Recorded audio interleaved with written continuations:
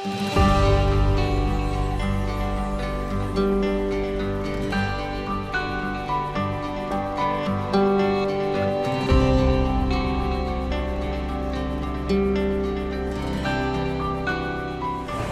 জয়তে আপোনালোকক আজিৰ প্ৰতিষ্ঠা দিৱসৰ সভাখনত আমি সকলোকে আজি অনলাইন সভালৈ স্বাগতম জনাইছো।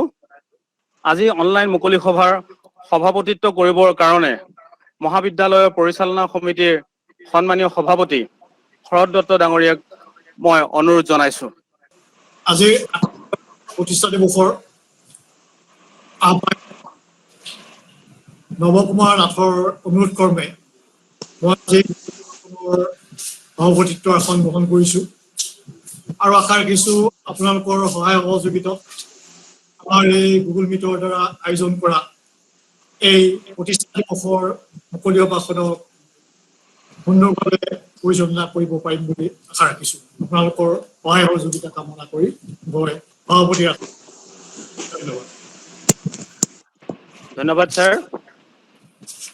আমি আজি সভাৰ মূল কাৰ্যসূচীলৈ যোৱাৰ আগতে আমাৰ মহাবিদ্যালয়ৰ সংগীত আমাৰ পৰিবেশনৰ কাৰ্যসূচী আছে।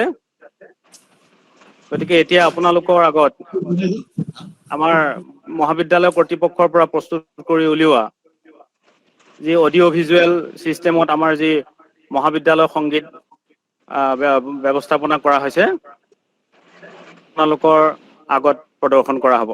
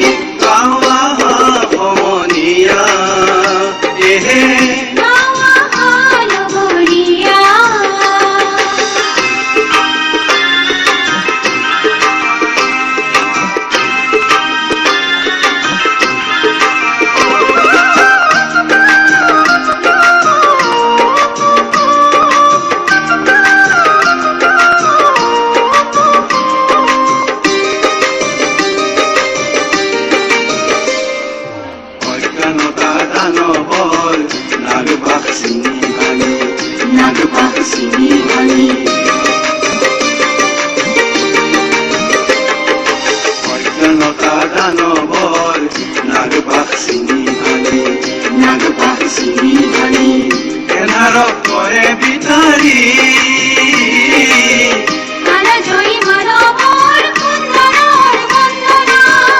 জীৱনৰ বিজয় সংগী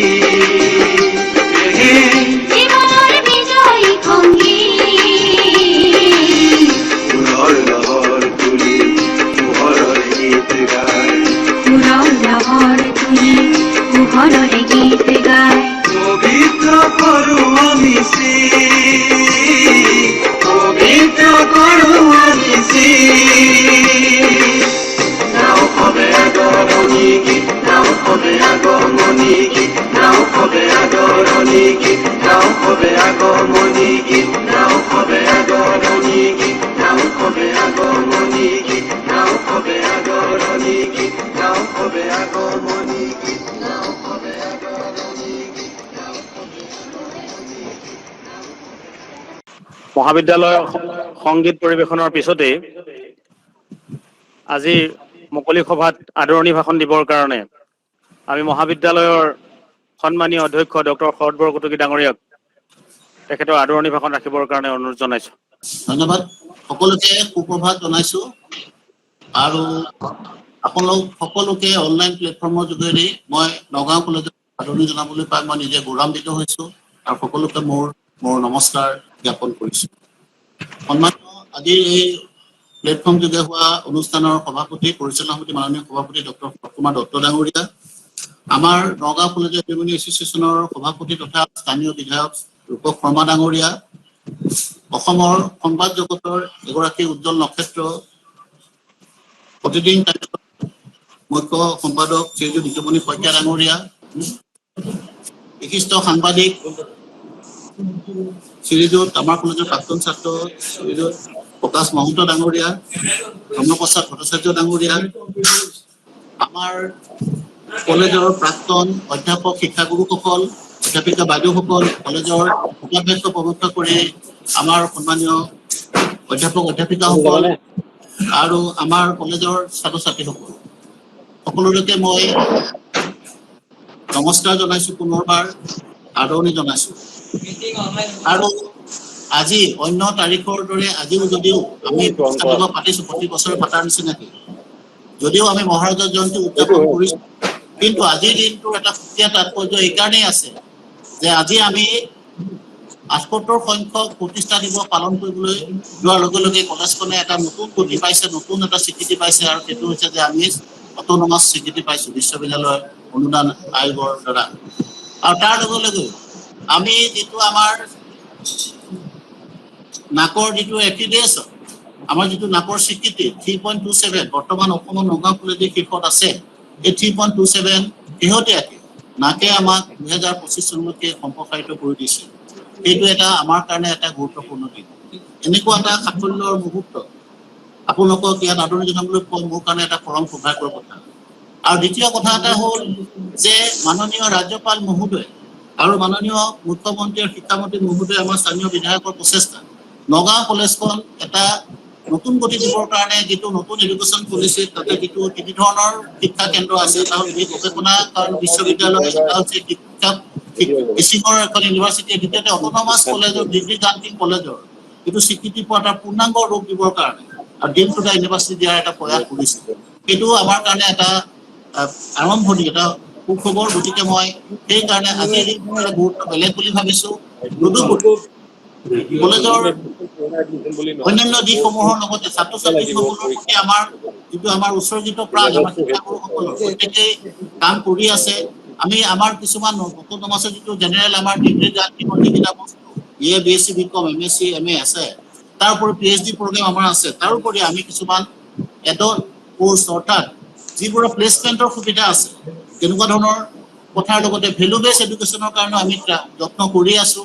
এতিয়া আমি শেহতীয়াকৈ এপ্ৰিচিয়েশ্যন অফ ফিল্ম, কুমাৰ কলাৰ কেনেকৈ চিনি পাব লাগে, বুজি পাব লাগে, এখন চিনেমা কেনেকৈ চাব লাগে, তাৰ কাৰণে এডল্ট কোৰ্চ আমি খুলিছোঁ, ছমহীয়া কোৰ্চ। আমাৰ কিছুমান বিভৱ কোৰ্চ আছে। তদুপৰি আমি যাতে আমাৰ ওলাই গৈ চাকৰি পায় বা আমাৰ সমাজৰ পৰা কিছুমান কমিটমেণ্ট এনেকুৱা কাম কৰিবলৈ আমি চেষ্টা কৰিছোঁ।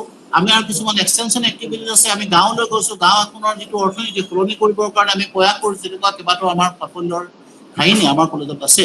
তদুপৰি কোভিড পেণ্ডেমিকৰ সময়ত আমাৰ কলেজৰ শিক্ষক আৰু ছাত্ৰ ছাত্ৰীসকলে ৰাজ্যখনৰ বিভিন্ন প্ৰান্তত থকা আমাৰ ছাত্ৰ ছাত্ৰীসকলক আমি তেওঁলোকৰ জৰিয়তে কিছুমান ডাটা সংগ্ৰহ কৰিছোঁ, য'ত কোভিডত কিমান সংখ্যক আক্ৰান্ত হৈছে, কিমানে কোভিড চেণ্টাৰ চিনি পায়, এনেকুৱা ধৰণৰ কিমানে প্ৰতিষেধক লৈছে, এনেকুৱা ধৰণৰ আমি আৰম্ভ কৰিছোঁ। আমি তেনেকুৱা ধৰণৰ কিছুমান আমি ধাৰাবাহিক কাম আমি চলাই আছোঁ। গতিকে এই কথাখিনি আপোনালোকক জনাবলৈ মোৰ বিনম্ৰ হোৱা সেইকাৰণেই যে আজি আমাৰ মাজত আহি উপস্থিত হৈছেহি, যে আমাৰ মাজতে উপস্থিত হৈছে সন্মানীয় বিধায়ক মহোদয়। কালি বিধানসভা শেষ হৈছে, এতিয়া আমাৰ মাজত আহি উপস্থিত হৈছে সন্মানীয় বিধায়ক মহোদয়। তেখেত যথেষ্ট ব্যস্ত। কালি তেখেতে বিধানসভা শেষ কৰি ৰাতিয়ে মোক ফোন কৰি ক'লে যে ৰাতিপুৱা প্ৰগ্ৰেমৰ কাৰণে মই ৰাতিয়ে গুচি আহিম। ঋতুমণি শইকীয়া সদায় ব্যস্ত, তেখেতে প্ৰতিদিন নেতৃত্ব লৈ তাত যিখিনি তেখেতে প্ৰগ্ৰাম চলাই আছে সেইখিনি অসমৰ সংবাদ জগতৰ নতুন এটা ৰূপৰেখা তেখেতে সৃষ্টি কৰিছে। তেখেতে আহিম বুলি ক'লেতো আমাৰ কাৰণে বহুত সৌভাগ্যৰ কথা। তাৰপিছত আমাৰ প্ৰকাশ মহন্ত, তেখেতৰ কাৰণে আমাৰ কাৰণে এটা বহুত সৌভাগ্যৰ কথা যে তেখেতে আহি সন্মতি প্ৰকাশ কৰিলে। আৰু আজি এটা আমাৰ অভাৱনীয় নহয়, আমাৰ কাৰণে এটা সাফল্যৰ এটা মাপকাঠি হৈছে যে আমাৰ এলুমিনিসকলে যোৱা প্লেটিনাম জুবিলি সময়ত আমাৰ পৰিচালনা সমিতিৰ লগতে আমাৰ প্লেটিনাম জুবিলি কমিটিৰ যিগৰাকী সভাপতি আমাৰ এলুমিনিৰ প্ৰেচিডেণ্ট বিধায়ক মহোদয়ৰ নেতৃত্বত ইমানখিনি আমাৰ এলুমিনি আমাৰ উপৰীক্ষাই কৰিলে। আমি মানে ভাবিব নোৱাৰাকেই আমি গোটেই কাৰ্যখণ্ডখিনি আমি শেষ কৰিলোঁ, কিন্তু আমাৰ সামৰণি অনুষ্ঠানটো কোভিডৰ কাৰণে ৰখি গ'ল। আৰু আজি তাৰে এটা ধাৰাবাহিকতা ৰক্ষা কৰে আমাৰ এলুমিনি ধৰ্মপ্ৰসাদ ভট্টাচাৰ্য। আমাৰ যাৰ মোবাইল নাই, বহুত সময় আলোচনা হয় যে যাৰ দুখীয়া মোবাইল কিনিব নোৱাৰে তেওঁৰ কি হ'ব, তাৰ নেট পেক নাই তাৰ কি হ'ব। ইয়াৰ কাৰণেও আমাৰ তেখেতে 30টা দিন বুলি কৈ আজি 11টা আজি মোবাইল ফোন আমাৰ হাতত দিছে। আৰু সেইটো আমাৰ বিশিষ্ট অতিথিসকলে আজি আমাৰ তেনেকুৱা আমাৰ যিটো এটা মোবাইল ক্ৰয় কৰা সমস্যাটো তেনেকুৱা ছাত্ৰ ছাত্ৰীৰ হাতত বিতৰণ কৰিছে। গতিকে আমাৰ এটা আজিৰ কাৰণে এটা গুৰুত্বপূৰ্ণ দিন তেনেকুৱা ধৰণৰ হৈছে, এইটো এটা আৰম্ভণি। আমি আমাৰ এলুমিনিসকলে আমাক যথেষ্ট সহায় কৰি আছে, যাৰ সহায় নহ'লে আমি এনেকুৱা কাম কৰিব নোৱাৰো। গতিকে তেখেতসকলৰ প্ৰতি মই ধন্যবাদ জনাইছো আজি ইয়াত অংশগ্ৰহণ কৰা। ইয়াতে আমাৰ আজি এখন কিতাপ উন্মোচন হ'ব, নগাঁও কলেজৰ নিৰ্বাচিত গল্প সংকলন শ্ৰীযুত ঋতুমণি শইকীয়াই এখন উন্মোচন কৰিব।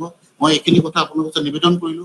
আৰু পুনৰবাৰ মই আপোনালোকৰ ওচৰলৈ মোৰ নমস্কাৰ, কৃতজ্ঞতা, শতপৰা সেৱা জ্ঞাপন কৰিছো যে আপোনালোক সকলো আহিছে। বিশেষকৈ আমাৰ প্ৰাক্তন আমাৰ অধ্যাপক অধ্যাপিকাসকলো আহিছে, তেখেতসকলৰ নানান ঠাইৰ পৰা যোগদান কৰিছে। আমাৰ জোচেফ ছাৰে আকৌ কেৰেলাৰ পৰা যোগদান কৰিছে, অৰুণ মোহন ছাৰ গুৱাহাটীৰ পৰা যোগদান কৰিছে, অসীমাদেৱ বাইদেউ ত্ৰিপুৰাৰ পৰা যোগদান কৰিছে। আমাৰ নগাঁও ডিষ্ট্ৰিক্টত থকা ছাৰ বাইদেউসকল আছেই, মই সকলোৱে নাম নলওঁ। সকলোকে দেখি পেলাই আচলতে আমি এটা আৱেগিক হৈছো আৰু আমাৰ হৃদয়খন মানে ভৰি পৰিছে। এতিয়া আকৌ এবাৰ আৱেগৰ চামুচ মাৰি ধৰি থাকিম আপোনালোকক, ছাৰ বাইদেউসকলক দেখি পেলাই, আমাৰ পঢ়োৱা ছাৰ বাইদেউসকলক। আৰু আমাৰ প্ৰথমতে ধ্ৰুৱপ্ৰসাদ আমাৰ ধ্ৰুৱ বৰুৱাই এটা প্লেনিং কৰিছে যে আমাৰ গানটোৰ লগত অলপ ভিডিঅ' দিব লাগে পুৰণাখিনিৰ লগত। গানত যিখিনি ছবি গ'ল তাতে আমাৰ পুৰণা কলেজৰ বিল্ডিং খিনিও আছে, চাই পেলাই অলপ গানৰ লগত মিলি যোৱা নাই যদিও পুৰণা বিল্ডিংবোৰ চাই অলপ নষ্টালজিকো আপোনালোক হ'ব পাৰে। মই নষ্টালজিক হৈছো পুৰণা ঘৰখিনি দেখি পেলাই, সেইটো কথা সংমিশ্ৰণ কৰি। গতিকে মই এইখিনি কথা আপোনালোকক নিবেদন কৰিলো। পুনৰবাৰ আপোনালোকে আজি এই অনুষ্ঠানলৈ অহাৰ কাৰণে মই আদৰণি জনালো আৰু নমস্কাৰ জনালো। অভাৰটো নৱপ্ৰসাদ নাথ। ধন্যবাদ ছাৰ। আপুনি অতি সুন্দৰকৈ গোটেই আমাৰ আজি উপস্থিত থকা সন্মানীয় অতিথিবৃন্দক উদ্দেশ্যি আপোনাৰ আমি ইতিমধ্যে পলমকৈ হলেও আমাৰ যি সন্মানীয় অতিথিবৃন্দই আমাৰ অনলাইন যোগে জইন কৰিছে, বা আমাৰ অতি চিৰনমস্য আমাৰ প্ৰাক্তন যি শিক্ষাগুৰুসকলে জইন কৰিছে, তেখেতসকলক মই পুনৰবাৰ আজি অনলাইন সভালৈ মই তেওঁলোকক আদৰণি জনাইছো। এতিয়া আমাৰ আজিৰ পিছৰ কাৰ্যসূচীৰ অংশ হিচাপে থকা মুখ্য অতিথি সন্মানীয়, লগতে আমাৰ নগাঁও মহাবিদ্যালয় এলুমিনি এছ'চিয়েশ্যনৰ সন্মানীয় সভাপতি শ্ৰীযুত ৰূপক শৰ্মা ডাঙৰীয়াক তেখেতৰ ভাষণ প্ৰদান কৰিবৰ কাৰণে মই অনুৰোধ জনাইছো। সকলোকে নমস্কাৰ জনাইছো।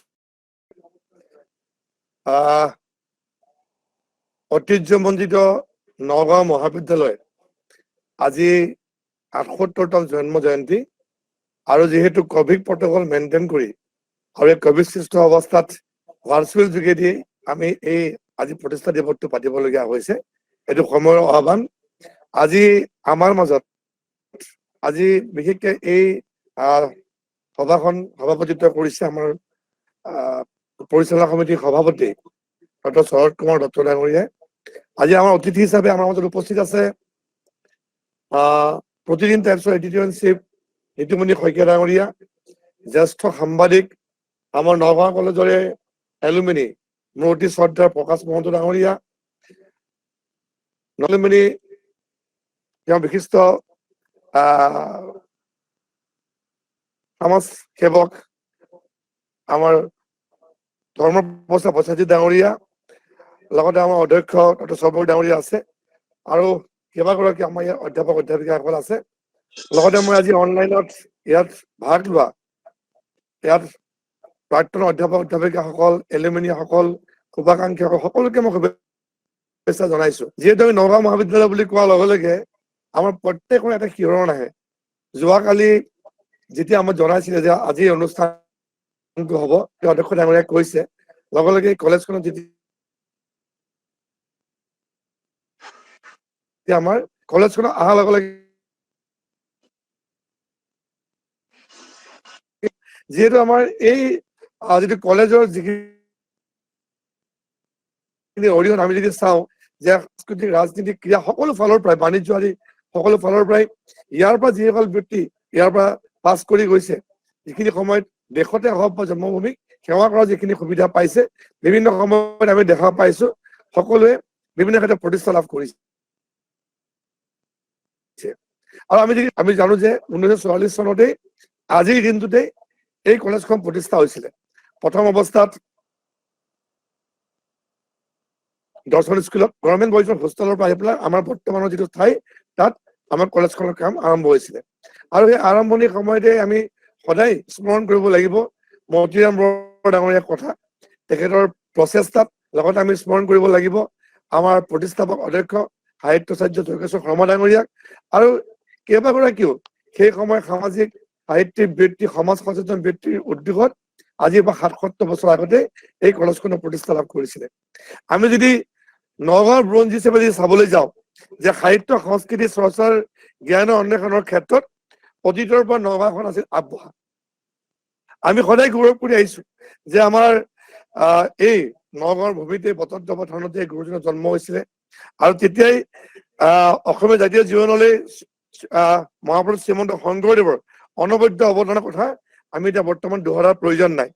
আৰু সেই ধাৰা অব্যাহত ৰাখি আমি যদি চাওঁ যে নগাঁৱৰ আত্মাৰাম শৰ্মাই বাইবেল অসমীয়ালৈ অনুবাদ কৰিছিলে, আৰু সেইধৰণে নগাঁৱতে কৰ্মক্ষেত্ৰ হিচাপে বাছি লোৱা আমেৰিকান বাপ্টিষ্ট মিছনাৰী মাইলছ ব্ৰনছনেও প্ৰথম এংলো আছামিজ ডিক্সনেৰী নগাঁৱৰ পৰাই তেখেতে থাকি পেলাই ইয়াতে ৰচনা কৰিছিলে। সেই হিচাপে নগাঁৱৰ যিটো ইতিহাস, শিক্ষাৰ ক্ষেত্ৰত এটা গৌৰৱময় এটা ইতিহাস, আৰু সেই একেধাৰা অক্ষুণ্ণ ৰাখি আজি ৭৭ বছৰৰ নগাঁও মহাবিদ্যালয় এই অৱদান আমি কোনো নুই কৰিব নোৱাৰো। ব্যক্তিগত আমাৰ জীৱনত যেতিয়া মই গভৰ্ণমেণ্ট কলেজত পঢ়ি আছিলো, নগাঁও মহাবিদ্যালয়ত পঢ়াৰ এটা হেঁপাহ আছিলে। সদায় যেতিয়া কলেজখন আহোঁ, সদায় মূৰ ঘূৰাই যাওঁ কেতিয়া এখন কলেজত কেতিয়াবা আমি আজি পঢ়িব পাৰিম।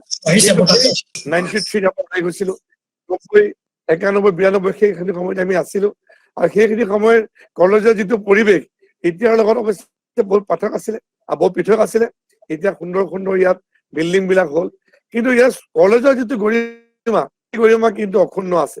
আমি যদি চাওঁ যে নাকৰ A গ্ৰেড আজি 3 বছৰ আছে, আৰু ইয়াৰ যিটো বৰ্তমান যিটো ৰিজাল্ট আমি যদি চাওঁ যে খুবেই আমাৰ কাৰণে গৌৰৱময়। আৰু আমি যদি চাওঁ নগাঁৱৰ ইতিহাসৰ ফালৰ পৰাও যিকেইখন মহাবিদ্যালয় আছে, আজি নগাঁও মহাবিদ্যালয় হওক, নগাঁও ছোৱালী কলেজে হওক, আনন্দৰঞ্জন ঢেকীয়াল মহাবিদ্যালয় হওক, আজি যি গোপীনাথ দেৱ গোস্বামী বাণিজ্য মহাবিদ্যালয় হওক, সকলো আজি নগাঁৱত A গ্ৰেড পাই পেলাই নাকৰ ফালৰ পৰা নগাঁওখন যিহেতু শৈক্ষিক নগৰী হিচাপে প্ৰতিষ্ঠিত কৰিছে। আমি আজিৰ পৰা কেইদিনমান আগতে যোৱা 3টা বছৰ আগতে মহাৰজত জয়ন্তী পাৰ কৰিলো। মোৰ সৌভাগ্য হৈছিলে যে আপোনালোকৰ আশীৰ্বাদত এই নগাঁও মহাবিদ্যালয় মহাৰজত জয়ন্তীক মোৰ সভাপতি হিচাপে আপোনালোকে মোক নিৰ্বাচিত কৰিছিলে, আৰু আমি এইটো আদৰণি অনুষ্ঠানটো সুন্দৰকে পাতিছিলো। মোৰ এতিয়াও মনত পৰে যে আদৰণি অনুষ্ঠানটোত যি ধৰণে অসমৰ নহয়, ভাৰতবৰ্ষৰ নহয়, ভাৰতবৰ্ষৰ বাহিৰৰ পৰাও আমাৰ এলুমিনিসকল আহি, প্ৰাক্তন ছাত্ৰ ছাত্ৰীসকল আহি পেলাই কি ধৰণে আমাক সহযোগ কৰিছিলে। মোৰ এতিয়াও মনত পৰে যে আমি এটা মাননি লৈছিলো যে 300 টকা এটা প্ৰাক্তন ছাত্ৰ ছাত্ৰীসকলৰ পৰা আমি তেওঁলোকক একোখনকৈ আমি স্মৰণিকা গামোচা এখন বেজ এটা আমি দিছিলো। এই এলুমিনি যিখন আমি এখন তেওঁলোকক এখন মানপত্ৰ দিছিলো, সেই মানপত্ৰখন ল'বৰ কাৰণে হেতা ওপৰত লাগিছিলে। আপোনালোকে আচৰিত হ'ব, কেইবা লক্ষ টকাও শিপিনীসকলৰ এই যিটো মানে ফাণ্ডৰ পৰা আহিছিলে, য'ত আমাক আমাৰ যিটো মহাৰাজৰ জয়ন্তীখন আমি অনুষ্ঠিত কৰিবৰ কাৰণে বহুত আমাক সহায় কৰিছিলে। আৰু সেইকেইটা দিন আমি দেখা পাইছিলো যে যি ধৰণৰ উৎসাহ আছে, সেই 6টা দিন নগাঁৱত এক উদুলি মুদুলি পৰিৱেশ। ইয়াত হোটেল পাবলৈ অৱস্থা নাই, ঘৰে ঘৰে আহি পেলাই তেওঁলোকে নিজেই যি ধৰণে আমাৰ বৰ্তমান ছাত্ৰ ছাত্ৰীসকলে বা তেওঁলোকৰ যিখিনি লগৰখিনিও বাহিৰৰ পৰা অহা দূৰণিবতীয়া ছাত্ৰ ছাত্ৰীসকলে যি ধৰণে ইয়াত আপ্যায়ন কৰিছিলে আৰু সুন্দৰকে আমাৰ যোৱা মহাৰাজৰ জয়ন্তী হৈ গৈছিলে। নগাঁও মহাবিদ্যালয় মহাৰাজৰ জয়ন্তী যি ধৰণে প্ৰতিষ্ঠা কৰিছিলে, যি ধৰণে পাতিছিলে, অসমত এক ইতিহাস হৈছিলে। মই তাতে এইকাৰণে কৈছো যে অসমৰ কেইবাখনো আগশাৰী মহাবিদ্যালয় একেলগে যেতিয়া ক'ৰবাত হয়তো গল্ডেন জুবলি, চিলভাৰ জুবলি হৈছিলে, প্ৰাক্তন মুখ্যমন্ত্ৰী সৰ্বানন্দ সোণোৱাল ডাঙৰীয়াই সেইবিলাক কলেজত তেওঁ যেতিয়া মন্তব্য ৰাখিছিলে যে কোনোবাই যদি এই ধৰণৰ যেতিয়া মহাৰাজৰ জয়ন্তী হওক বা এই যদি কলেজৰ বা স্কুলৰ অনুষ্ঠানবিলাক পাতিবৰ কাৰণে আদৰ্শ হ'ব লাগে নগাঁও মহাবিদ্যালয়, যে এলুমিনি সকলে কি ধৰণে সুন্দৰকে অনুষ্ঠানটো পাতিছিলে। সকলোৱে যি আপ্ৰাণ চেষ্টা, আমি ক'ৰবাত আমি নগাঁৱত যি ধৰণে আমাৰ এলুমিনি এছ'চিয়েশ্যন আছিলে, গুৱাহাটীত আমি যিটো ক্লাষ্টাৰটো বেলেগ আছিলে, আপাৰ আছাম বেলেগ আছিলে, দিল্লীত আমি কৰিছিলো, বেংগলোৰত আমি কৰিছিলো। গতিকে বহুত জেগাত আমাৰ এলুমিনিসকলে এই সুযোগতে একলগ হোৱাৰ সুবিধা পাইছিলে আৰু কলেজখনৰ কাৰণে তেওঁলোকে যিমান পাৰে তেওঁলোকে সহযোগ কৰিছে। আজি সহযোগতেই আজি নগাঁও কলেজত কেইবাটাও আমাৰ ভাল কাম হৈছে। সাহিত্যাচাৰ্য যোগেশ্বৰ শৰ্মা আমাৰ প্ৰতিষ্ঠাপক সভাপতি অধ্যক্ষ, তেখেতৰ প্ৰতিমূৰ্তি ইয়াৰ প্ৰতিষ্ঠা হ'ল। এইবিলাক হৈছে এলুমিনিসকলৰ অৱদান। গতিকে মই ধন্যবাদ খিনি সময়তে। আৰু যিহেতু আমি শেষৰটো অনুষ্ঠান, আমাৰ যিটো সামৰণি অনুষ্ঠান পাতিব নোৱাৰিলো কভিড-19 পৰিৱেশৰ কাৰণে, আমাৰ কিছু টকা জমা আছে এই শিতানত। আমি যদি পৰিস্থিতি ভাল হয় নিশ্চয় পিছত হলেও আমি কিবা অনুষ্ঠান পাতিব চেষ্টা কৰিম, কাৰণ আমাৰ প্ৰাক্তন ছাত্ৰ ছাত্ৰীসকলে সামৰণি অনুষ্ঠান কৰি আছিলে, কিন্তু সময়ৰ আমাৰ খুব বেয়া আছে, পাতিব পৰা নাছিলো। আশা কৰিছো আগন্তুক সময়ত আমি পাতিব পাৰিম। মই বেছি দীঘলীয়া নকৰো, কেইবাজনো বক্তা আছে, আজি উপস্থিত প্ৰত্যেকগৰাকী অতিথিক মই ধন্যবাদ জনাইছো, আদৰণি জনাই। যিহেতু মই পুনৰবাৰ কৈছো যে নগাঁৱৰ যিটো ইতিহাস, বিশেষকে সাহিত্য সংস্কৃতি সকলো ফালৰ পৰাই সেই ইতিহাস আমি অক্ষুণ্ণ ৰাখিব লাগিব, নগাঁও কলেজখন আমি আগুৱাই নিব লাগিব। আৰু ইয়াৰ কৰ্মৰত প্ৰত্যেকগৰাকী অধ্যাপক অধ্যাপিকা অধ্যক্ষৰ মহোদয়ৰ যিখিনি নেতৃত্ব শলাগ ল'বলগীয়া। খুব কম দিনৰ ভিতৰতে কলেজখনে এটা ভাল পৰিৱেশ আমি দেখা পাইছো। আমি আশা কৰিছো আগন্তুক সময়টো অক্ষুণ্ণ ৰাখিব। সকলোকে পুনৰ ধন্যবাদ জনাই মই বক্তব্য সামৰণি মাৰিছো। ধন্যবাদ। জয়তু নগাঁও মহাবিদ্যালয়।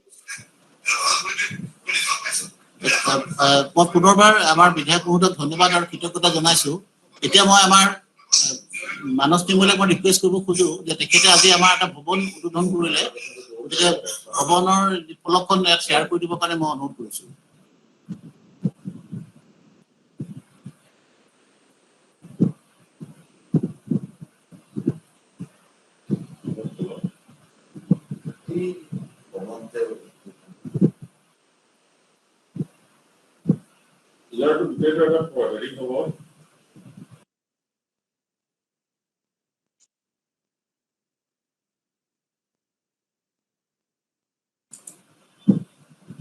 এই ভৱন আমাৰ মাননীয় বিধায়ক মহোদয়ৰ আছুতীয়া পুঁজিৰ পৰা আমাৰ ভৱনটো নিৰ্মাণ কৰিছে। তেখেতে উপক্ৰমান্বয়ে 10 লাখ টকা দিছে। আৰু আমাৰ পুৰণি যিটো বিল্ডিং আছে ঐতিহ্যময় বিল্ডিংটো আমি ৰূপ একে ৰাখিছো তেখেতৰ নিৰ্দেশত, আৰু এতিয়া আমাৰ সম্পূৰ্ণ হবলৈ গৈ আছে। ইয়াৰ উপৰিও কলেজৰ অন্যান্য আন্তঃগাঁথনি উন্নয়নৰ ক্ষেত্ৰত বিধায়ক মহোদয়ে আমাক সদায় সহায় কৰি আহিছে। তেখেতলৈ পুনৰবাৰ মই কৃতজ্ঞতা জ্ঞাপন কৰিম। ধন্যবাদ ছাৰ। আমাৰ মাজত উপস্থিত থকা আজি মুখ্য অতিথি বিধায়ক শ্ৰীযুত এটা সাৰগৰ্ভ বক্তৃতা আমাৰ মাজত ৰাখিলে। তেখেতে গোটেই নগাঁও মহাবিদ্যালয়ৰ ঐতিহ্যৰ পৰা আৰম্ভ কৰি আমি মহাৰাজৰ জয়ন্তী উদযাপন কৰালৈকে গোটেই কথাখিনি সুন্দৰকৈ উপস্থাপন কৰিলে। আমি সন্মানীয় বিধায়ক ডাঙৰীয়াক মহাবিদ্যালয় পৰিয়ালৰ তৰফৰ পৰা ধন্যবাদ কৰিছো, আৰু লগতে তেখেতৰ সহায় সহযোগিতা আমি অনাগত দিনতো আশা কৰিছো। এতিয়া আমাৰ আজিৰ কাৰ্যসূচী এটা অন্যতম ভাগ আছিল। ইতিমধ্যে সেই কাৰ্যসূচী সমাপন হৈছে যে 11 জন ছাত্ৰ ছাত্ৰীক মোবাইল বিতৰণ কৰা হৈছে। ইতিমধ্যে আমাৰ সন্মানীয় অধ্যক্ষ মহোদয়ে ইতিমধ্যে উল্লেখ কৰিছে। আমি এই আপাহতে আজি পৰিয়ালৰ হৈ নগাঁও মহাবিদ্যালয় পৰিয়ালৰ হৈ শ্ৰীযুত ধৰ্মপ্ৰসাদ ভট্টাচাৰ্য ডাঙৰীয়াক আমি পুনৰবাৰ ধন্যবাদ জ্ঞাপন কৰিছো তেখেতৰ এই উদ্যোগৰ কাৰণে, যিয়ে আমাৰ ছাত্ৰ ছাত্ৰীসকলক নিশ্চিতভাৱে অনলাইন শিক্ষা গ্ৰহণ কৰাত সহায়ক হ'ব। এতিয়া আমাৰ মাজত উপস্থিত থকা বিশিষ্ট সাংবাদিক প্ৰতিদিন টাইমৰ মুখ্য সম্পাদক আমাৰ অতি আদৰৰ অতি মৰমৰ শ্ৰীযুত নীতিমণি শইকীয়া ডাঙৰীয়া আছে, তেখেতৰ বহুমূলীয়া ভাষণ ৰাখিবৰ কাৰণে অনুৰোধ জনাইছো। মাননীয় নগাঁও মহাবিদ্যালয়ৰ সন্মানীয় অধ্যক্ষ মহোদয়, নগাঁও মহাবিদ্যালয়ৰ সন্মানীয় পৰিচালনা সমিতিৰ সভাপতি শৰৎ কুমাৰ দত্ত ডাঙৰীয়া, নগাঁও সদৰৰ সন্মানীয় বিধায়ক, আজিৰ অন্যতম এগৰাকী বিশিষ্ট অতিথি তথা এই সভাখনৰ মুখ্য অতিথি ৰূপক শৰ্মা দেৱ, এই মহাবিদ্যালয়ৰ প্ৰাক্তন ছাত্ৰ তথা অসমৰ সংবাদ জগতৰ অন্যতম আগশাৰীৰ সংবাদ প্ৰতিষ্ঠান প্ৰতিদিন গোষ্ঠীৰ প্ৰতিদিনৰ জ্যেষ্ঠ সাংবাদিক প্ৰকাশ মহন্তদেৱ, এই মহাবিদ্যালয়ৰ সন্মানীয় অধ্যাপক অধ্যাপিকাসকল, কৰ্মচাৰীবৃন্দ আৰু মৰমৰ ছাত্ৰ ছাত্ৰীসকল, প্ৰথমতে মই সকলোকে আজিৰ এই প্ৰতিষ্ঠা দিৱসত এই মুহূৰ্তত যিসকলে অংশগ্ৰহণ কৰিছে সকলোকে ধন্যবাদ জ্ঞাপন কৰিছো আৰু অন্তৰৰ পৰা শ্ৰদ্ধা জনাইছো এই কাৰণে যে কোভিডৰ এই পৰিৱেশৰ মাজতো যি ধৰণে আমি প্ৰট'কল মেইনটেইন কৰি এই প্ৰতিষ্ঠা দিৱস উদযাপন কৰিব লাগে, মহাবিদ্যালয়খনৰ সন্মানীয় অধ্যক্ষৰ নেতৃত্বত সেইখিনি খুব সুন্দৰকৈ মানি চলি আজিৰ এই প্ৰতিষ্ঠা দিৱস উদযাপন কৰা হৈছে। মই এই মহাবিদ্যালয়খনলৈ পূৰ্বেও আহিছো আৰু আজিও এই প্ৰতিষ্ঠা দিৱসৰ দিনটোত যৎপৰোনাস্তি মই চেষ্টা কৰিছিলো উপস্থিত হ'বৰ কাৰণে, যেতিয়া অধ্যক্ষ মহোদয়ে মোক আজিৰ দিনটোৰ কাৰণে আমন্ত্ৰণ জনাইছিল। নগাঁও মহাবিদ্যালয়ৰ ঐতিহ্য গৰিমা সকলোখিনি ৰূপক শৰ্মা দেৱে কিছু সময়ৰ পূৰ্বে কৈছে। এই মহাবিদ্যালয়খনৰ অসমৰ শৈক্ষিক ক্ষেত্ৰত কেনেধৰণৰ আজিৰ দিনটোত আধিপত্য আছে সেয়া অধ্যক্ষ মহোদয়েও নিজৰ বক্তব্যত কিছু উনুকিয়াইছিল আৰু পৰৱৰ্তী সময়ত ৰূপক শৰ্মাৰ কথাৰ পৰাও আমি বহুখিনি কথা গম পাইছো। কিছু সময় পূৰ্বে এই প্ৰতিষ্ঠা দিৱসৰ লগত সংগতি ৰাখি এগৰাকী ইয়াৰে প্ৰাক্তন ছাত্ৰ আৰু এতিয়া বৰ্তমানৰ সমাজকৰ্মী তথা বিশিষ্ট ব্যৱসায়ী ধৰ্মপ্ৰসাদ ভট্টাচাৰ্য দেৱে যি ইয়াৰ মেধাৱী ছাত্ৰ ছাত্ৰীসকলৰ কাৰণে তেওঁলোকৰ প্ৰতিষ্ঠানৰ পৰা মোবাইল বিতৰণৰ এক ব্যৱস্থা কৰিছিল আৰু মই যেতিয়া তাত সেই মোবাইলখিনি বিতৰণ অংশগ্ৰহণত উপস্থিত থাকি দুই একক মোবাইল দিছিলো, তেতিয়াও মই সেই কথাটো কৈছিলো যে স্বায়ত্তশাসিত মহাবিদ্যালয়সমূহৰ ভিতৰত প্ৰথমখন মহাবিদ্যালয় আছিল উত্তৰ লখিমপুৰ মহাবিদ্যালয় আৰু উত্তৰ লখিমপুৰ মহাবিদ্যালয়ৰ পিছত আজি অসমৰ গোটেই মহাবিদ্যালয়সমূহৰ ভিতৰত মই ভাবো যে নগাঁও মহাবিদ্যালয়ে এটা সুকীয়া পৰিচয় লাভ কৰিছে। অকল UGCৰ যি A গ্ৰেড পোৱা ধাৰাবাহিকভাৱে 3 বছৰৰ এখন শ্ৰেষ্ঠ মহাবিদ্যালয় হিচাপে নহয়, এই মহাবিদ্যালয়খনৰ কলা বিজ্ঞান বাণিজ্য এই তিনিওটা শাখাতে অধ্যাপকসকলৰ যিখিনি কষ্ট, যিখিনি ত্যাগ আৰু ছাত্ৰ ছাত্ৰীসকলৰ যিখিনি আগ্ৰহ, এই মহাবিদ্যালয়ত পঢ়িবলৈ ছাত্ৰ ছাত্ৰীসকলৰ যিটো সপোন, সেই তেতিয়াৰ পৰা এতিয়ালৈকে অটুট আছে আৰু মই আশা কৰিম যে অটুট থাকিব। এই প্ৰতিষ্ঠা দিৱসৰ দিনটোত মই সকলো শিক্ষাগুৰুক এইটোৱেই অনুৰোধ কৰিম যে যজ্ঞেশ্বৰ শৰ্মাৰ দৰে বৰেণ্য ব্যক্তিৰ অধ্যক্ষতাত প্ৰথম যেতিয়া এই মহাবিদ্যালয়খন আৰম্ভ হৈছিল, ইয়াৰ গৰিমা, ইয়াৰ যিটো মহাবিদ্যালয়খনৰ মহিমা তেতিয়াৰ পৰা এতিয়ালৈকে চাগে অটুট আছে আৰু মাত্ৰ 22 বছৰ আছে এই মহাবিদ্যালয়খনে শতবৰ্ষ গৰকিব। কটন কলেজ স্থাপন হোৱাৰ পিছত 43 বছৰৰ পিছত এই মহাবিদ্যালয়খন আনুষ্ঠানিকভাৱে জন্ম হৈছিল। মতিৰাম বৰাৰ পৰা আৰম্ভ কৰি যিসকল নমস্য ব্যক্তিৰ স্বপ্নৰ ফচল হিচাপে আজিৰ এই মহাবিদ্যালয়খনে এনেকে জাকত জিলিকা এটা পৰিৱেশত উপনীত হৈছেহি, ইমান সহজ নহয়। বহুতৰ শ্ৰম আছে, বহুতৰ ত্যাগ আছে, বহুতৰ কষ্ট আছে। সেইখিনি সৰুগত কৰি এই পৰ্যায়ত যেতিয়া পাইছেহি, বহু কেইগৰাকী অধ্যক্ষৰ ইয়াত অৱদান আছে, অধ্যাপকসকলৰ কষ্ট আছে। এটা পৰ্যায় পোৱাৰ পিছত কেতিয়াবা আমি দেখো যে সেই ধাৰাবাহিকতাটো কোনোবাই ৰক্ষা কৰিব নোৱাৰে বা কেতিয়াবা সেই গৰিমা ম্লান হয়। নগাঁও মহাবিদ্যালয়ৰ ক্ষেত্ৰত যাতে সেই পৰিৱেশটো কেতিয়াও নাহে সেয়া মই আন্তৰিকতাৰে কামনা কৰিম। প্ৰতিষ্ঠা দিৱস বছৰেকত এটা দিনত পতা যায়, কিন্তু এইটো মনত ৰাখিব লাগিব যে আমি পাতিব লাগে কাৰণেই পাতিছো নে সঁচাকৈ আমি কিবা এটা লক্ষ্য আৰু উদ্দেশ্য লৈ পাতিছো। আজি এই যে কোভিডৰ প্ৰটকলৰ মেইনটেইন কৰি এনেকৈ যে আমি এটা প্ৰতিষ্ঠা দিৱস উদযাপন কৰিছো, কিয় কৰিছো? পাতিব লাগে কাৰণে কৰিছো নেকি? মই অন্তৰৰ পৰা বিশ্বাস কৰো যে নগাঁও মহাবিদ্যালয়ে পাতিব লাগে কাৰণে নাই পতা। ইয়াৰ ছাত্ৰ ছাত্ৰীসকলৰ শাৰীৰিক, বৌদ্ধিক, মানসিক সকলো বিকাশৰ ক্ষেত্ৰত যি ধৰণে মহাবিদ্যালয়খনে অভূতপূৰ্ব অৱদান আগবঢ়াই আহিছে, ইয়াৰ মাজেদিও এই কোভিডৰ এই পৰিৱেশৰ মাজেদিও সেয়া কেনেকৈ আগুৱাই লৈ যাব পাৰি, কেনেকৈ ধাৰাবাহিকতা অক্ষুণ্ণ ৰাখি তেওঁলোকক সাহস আৰু শক্তি দিব পাৰি, তেওঁলোকৰ সপোন পূৰণ কৰিবৰ কাৰণে অধ্যাপকসকলে কেনেকৈ কষ্ট কৰি আছে, সেইখিনি হয়তো ধৰি ৰাখিবৰ কাৰণেই এনেকৈ এই প্ৰতিষ্ঠা দিৱস উদযাপন কৰিছে। আজিৰ পৰা 22 বছৰৰ পিছত মই আকৌ কৈছো, বৰ বেছি দিন নাই, শতবৰ্ষ উদযাপন কৰিব এই মহাবিদ্যালয়খনে। সেই যে সময়টো আহিব 100 বছৰ গৰকা, এই মহাবিদ্যালয়খন সেই সময়ত অসমৰ কোনটো স্থানত থাকিব? মোৰ লগত আপোনালোকৰ চিন্তাটো নিমিলিব পাৰে, মই নাজানো। মোৰ নিজৰ এনেকুৱা লাগে অসমত কেইখনমান মহাবিদ্যালয় উজ্বলি উঠিছে আৰু কেইখনমান ঐতিহ্য বহন কৰা মহাবিদ্যালয়ৰ গৰিমা কৰবাত ম্লান হৈছে, তেনেকুৱাও লাগে। মই ৰিজাল্টৰ ফালৰ পৰা কোৱা নাই, ফলাফলৰ ফালৰ পৰা কোৱা নাই, কিন্তু আমাৰ যিটো অসমৰ সচেতন মানুহৰ মনত যিটো চামনি আছিল, যিটো ধাৰণা আছিল, সেই ধাৰণাৰ ভিত্তিতে মই এই কথাটো কৈছো। যেনে ধৰক অসমৰ 1 নম্বৰ কলেজ কটন কলেজ, মই কটন কলেজক শ্ৰদ্ধা আৰু সন্মান কৰিও এই কথাটো কওঁ যে কটন কলেজ বিশ্ববিদ্যালয় হোৱাৰ পিছত কটন কলেজৰ সেই যিটো ধাৰণা, যিটো চিন্তা মানুহৰ মাজত আছিল, ওপৰলৈ গ'ল নে তললৈ গ'ল মই নিজে সন্দিহান হওঁ। কিন্তু এই নগাঁও মহাবিদ্যালয় বা উত্তৰ লখিমপুৰ মহাবিদ্যালয়, এনেকে কিছুমান যিবিলাক আগশাৰীৰ মহাবিদ্যালয় আছে, এইবিলাকৰ গৰিমা কিন্তু ম্লান নাই হোৱা যেন মোৰ নিজৰ অনুভৱ হয়। আজি ইয়ালৈ মোক মাতিছে কাৰণে মই সেই কথাটো কোৱা নাই, উত্তৰ লখিমপুৰ মহাবিদ্যালয় মোক মাতিছে কাৰণে মই তাত গৈ সেই কথাটো কোৱা নাই। কটন কলেজতো মই গৈছো, কটন কলেজত গৈও মই সেই কথাটো কৈছিলো যে বিশ্ববিদ্যালয় হোৱাৰ পিছত কটন কলেজৰ যিটো এটা সুকীয়া অসমীয়া সমাজ জীৱনত যিটো আধিপত্য আছিল, কটন কলেজে সেইটো সঁচাকৈ বিশ্ববিদ্যালয় হোৱাৰ পিছত ধৰি ৰাখিব পাৰিছে নে নাই। মই কিয় কৈছো, আকৌ কৈছো, আপোনালোকৰ লগত মোৰ চিন্তাটো নিমিলিব পাৰে, এইটো মোৰ নিজস্ব চিন্তাহে।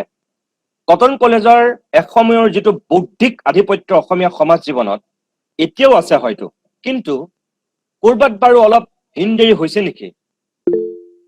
অসমৰ সংবাদ জগত, অসমৰ ৰাজনীতি, অসমৰ সমাজ জীৱন সকলোতে এনেকুৱা আছিল যে কটন কলেজৰ ছাত্ৰ মানেই এটা সুকীয়া আধিপত্য আছিল গোটেই অসমত। আজি নগাঁও কলেজৰ অকল যে নগাঁৱত আধিপত্য আছে সেই কথা নহয়, আজি নগাঁও কলেজৰ যিটো প্ৰাক্তন ছাত্ৰৰ আধিপত্য অসমৰ সমাজ জীৱনত বহু ক্ষেত্ৰত আছে। এই মই কথাটো কিয় কৈছো আপোনালোকক, কটন কলেজত সৌৰভ কুমাৰ চলিহাই ছাত্ৰ অৱস্থাত যিটো গল্প লিখিছিল, আজিও অসমীয়া সাহিত্যৰ সেইটো এটা শ্ৰেষ্ঠ গল্প হৈ আছে। সেই গল্পৰ প্ৰতিযোগিতাত সৌৰভ চলিহা ফাৰ্ষ্ট হৈছিল, যতদূৰ সম্ভৱ ধীৰেন কাকতি ছেকেণ্ড হৈছিল, আৰু নিৰুপমা বৰগোহাঁই সেইবাৰ থাৰ্ড হৈছিল, 3য় স্থান পাইছিল। সেই প্ৰথম, দ্বিতীয়, তৃতীয় স্থান পোৱা সেই সময়ৰ ছাত্ৰ ছাত্ৰী পৰৱৰ্তী সময়ত অসমৰ সাহিত্যৰ ক্ষেত্ৰত কি ধৰণৰ নক্ষত্ৰ হৈছিল আমি দেখিছিলো। কোনটো গল্প সৌৰভ চলিহাই তেতিয়াই লিখি ফাৰ্ষ্ট হৈছিল? গল্পটোৰ নাম কি আছিল? আপোনালোকৰ সকলোৰে হয়তো সাহিত্যৰ যিসকলৰ প্ৰতি ৰাপ আছে বা গল্প যিসকলে পঢ়িছে আপোনালোকে জানে, অশান্ত ইলেক্ট্ৰন। অশান্ত ইলেক্ট্ৰন গল্পটো সৌৰভ চলিহাই কটন কলেজত প্ৰতিযোগিতাত লিখা গল্প আছিল, আৰু সেই গল্পটো পৰৱৰ্তী সময়ত অসমীয়া সাহিত্যৰ অন্যতম এটা শ্ৰেষ্ঠ গল্প হৈছে, আজিও হৈ আছে। ক'ত বেজবৰুৱাই ধোঁৱা খোৱা, ক'ত শৰৎচন্দ্ৰ গোস্বামীয়ে নদৰাম লিখিছিল, আৰু তাৰ পৰৱৰ্তী সময়ত আহি অসমীয়া সাহিত্যৰ কটন কলেজত গল্পৰ ক্ষেত্ৰতে সৌৰভ চলিহাৰ হাতত ক'ত অশান্ত ইলেক্ট্ৰনৰ সৃষ্টি হৈছিল। আজি ভাবি আমি পাগল হৈ যাওঁ, এজন ছাত্ৰই লিখা এটা গল্প আজিও কিন্তু অসমীয়া সাহিত্যৰ শ্ৰেষ্ঠ গল্প হৈ আছে। এতিয়া মই এই কথাটোহে ক'ব বিচাৰিছো যে আজিৰ দিনত কটনত তেনেকুৱা মেধাৱী ছাত্ৰ নাই বুলি মই নকওঁ, আছে, কিন্তু সেই পৰিৱেশটো হোমেন বৰগোহাঁই, ভৱেন্দ্ৰনাথ শইকীয়া, নৱকান্ত বৰুৱা, বীৰেন্দ্ৰনাথ দত্ত, যিমানখিনি অসমৰ সমাজ জীৱনৰ যিমানবিলাক পুৰোধা ব্যক্তি আমাৰ চকুৰ আগলৈ আহে, সকলোবিলাক সেই মহাবিদ্যালয়ৰ সৃষ্টি আছিল। ঠিক একেধৰণে এই নগাঁও মহাবিদ্যালয়ৰো তেনেকুৱা বিভিন্ন ক্ষেত্ৰত ৰাজনীতি, সমাজ, সংস্কৃতি সকলোতে এটা সুকীয়া অৱদান থকা এখন মহাবিদ্যালয়। এই গৰিমাটো ধৰি ৰাখিব পৰাটো আচল কথা। উত্তৰণ হৈছে, স্বায়ত্তশাসিত মহাবিদ্যালয় হৈছে, হয়তো নগাঁও মহাবিদ্যালয় এটা সময়ত মই ভাবো, এই যে আপোনালোকক কৈ আছো 100 বছৰ হোৱাৰ সময়, মই অন্তৰৰ পৰা বিশ্বাস কৰো যে নগাঁও মহাবিদ্যালয় এখন পূৰ্ণাংগ বিশ্ববিদ্যালয় হওক এই সময়ছোৱাত। 100 বছৰ যেতিয়া হ'ব, ইয়াৰ যিসকল প্ৰাক্তন ছাত্ৰ ছাত্ৰী, আজি ৰূপক শৰ্মাই যি ধৰণে গৌৰৱ কৰিছে প্ৰাক্তন সতীৰ্থসকলক লৈ, কোনে জানে 100 বছৰ হোৱাৰ সেই প্ৰতিষ্ঠা দিনটোত চাগে নগাঁও মহাবিদ্যালয়ে ক'ব পাৰিব যে আজি আমি এখন বিশ্ববিদ্যালয় হলো। সেই দিনটো আহক।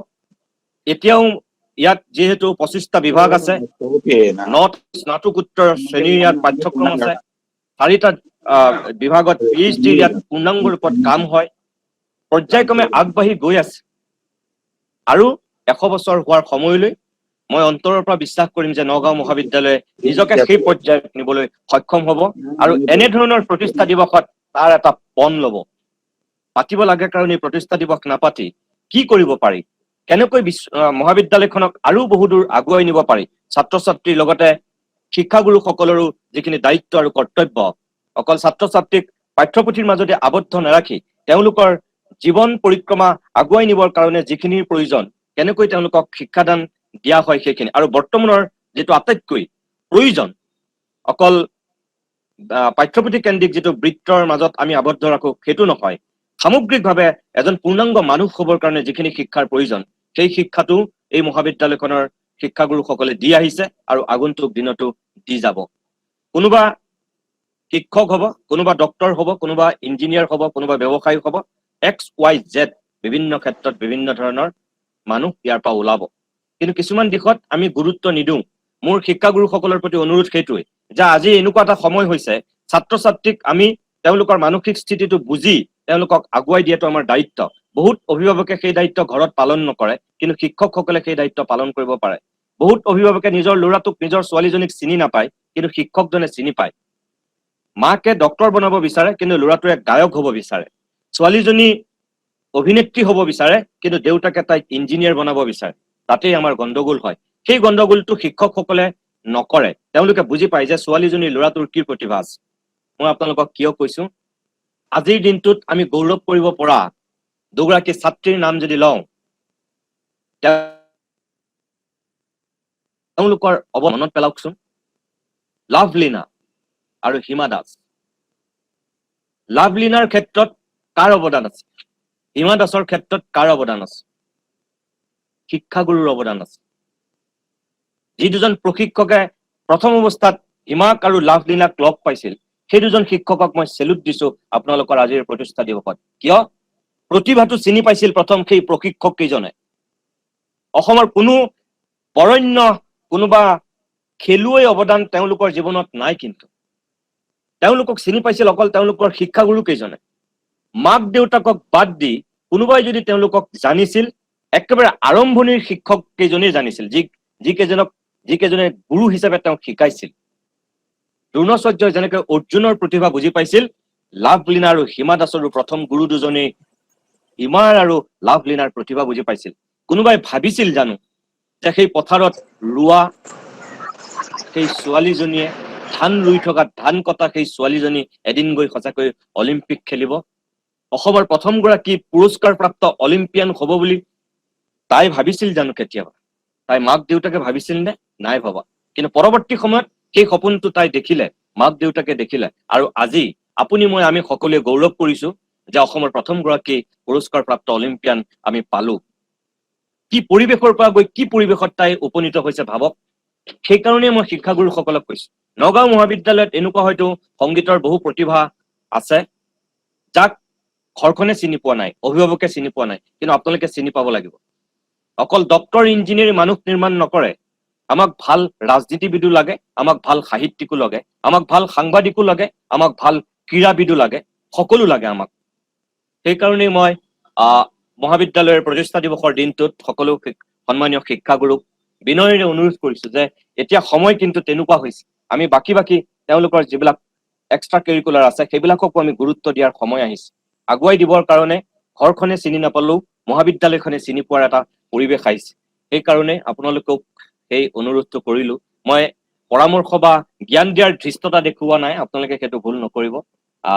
মোৰ চিন্তাখিনিহে কৈছো। আৰু যিসকল ছাত্ৰ ছাত্ৰী ইয়াত আজিও পঢ়ি আছে, মই তেওঁলোকক এইটোৱে অনুৰোধ কৰিম যে সদায় ৰূপক শৰ্মাই কোৱাৰ ধৰণে যে তেওঁ হাইস্কুলত পঢ়ি থকাৰ সময়তে তেওঁ ভাবে এই মহাবিদ্যালয়খনত কেতিয়া পঢ়িবলৈ পাব। এটা সপোন থাকে।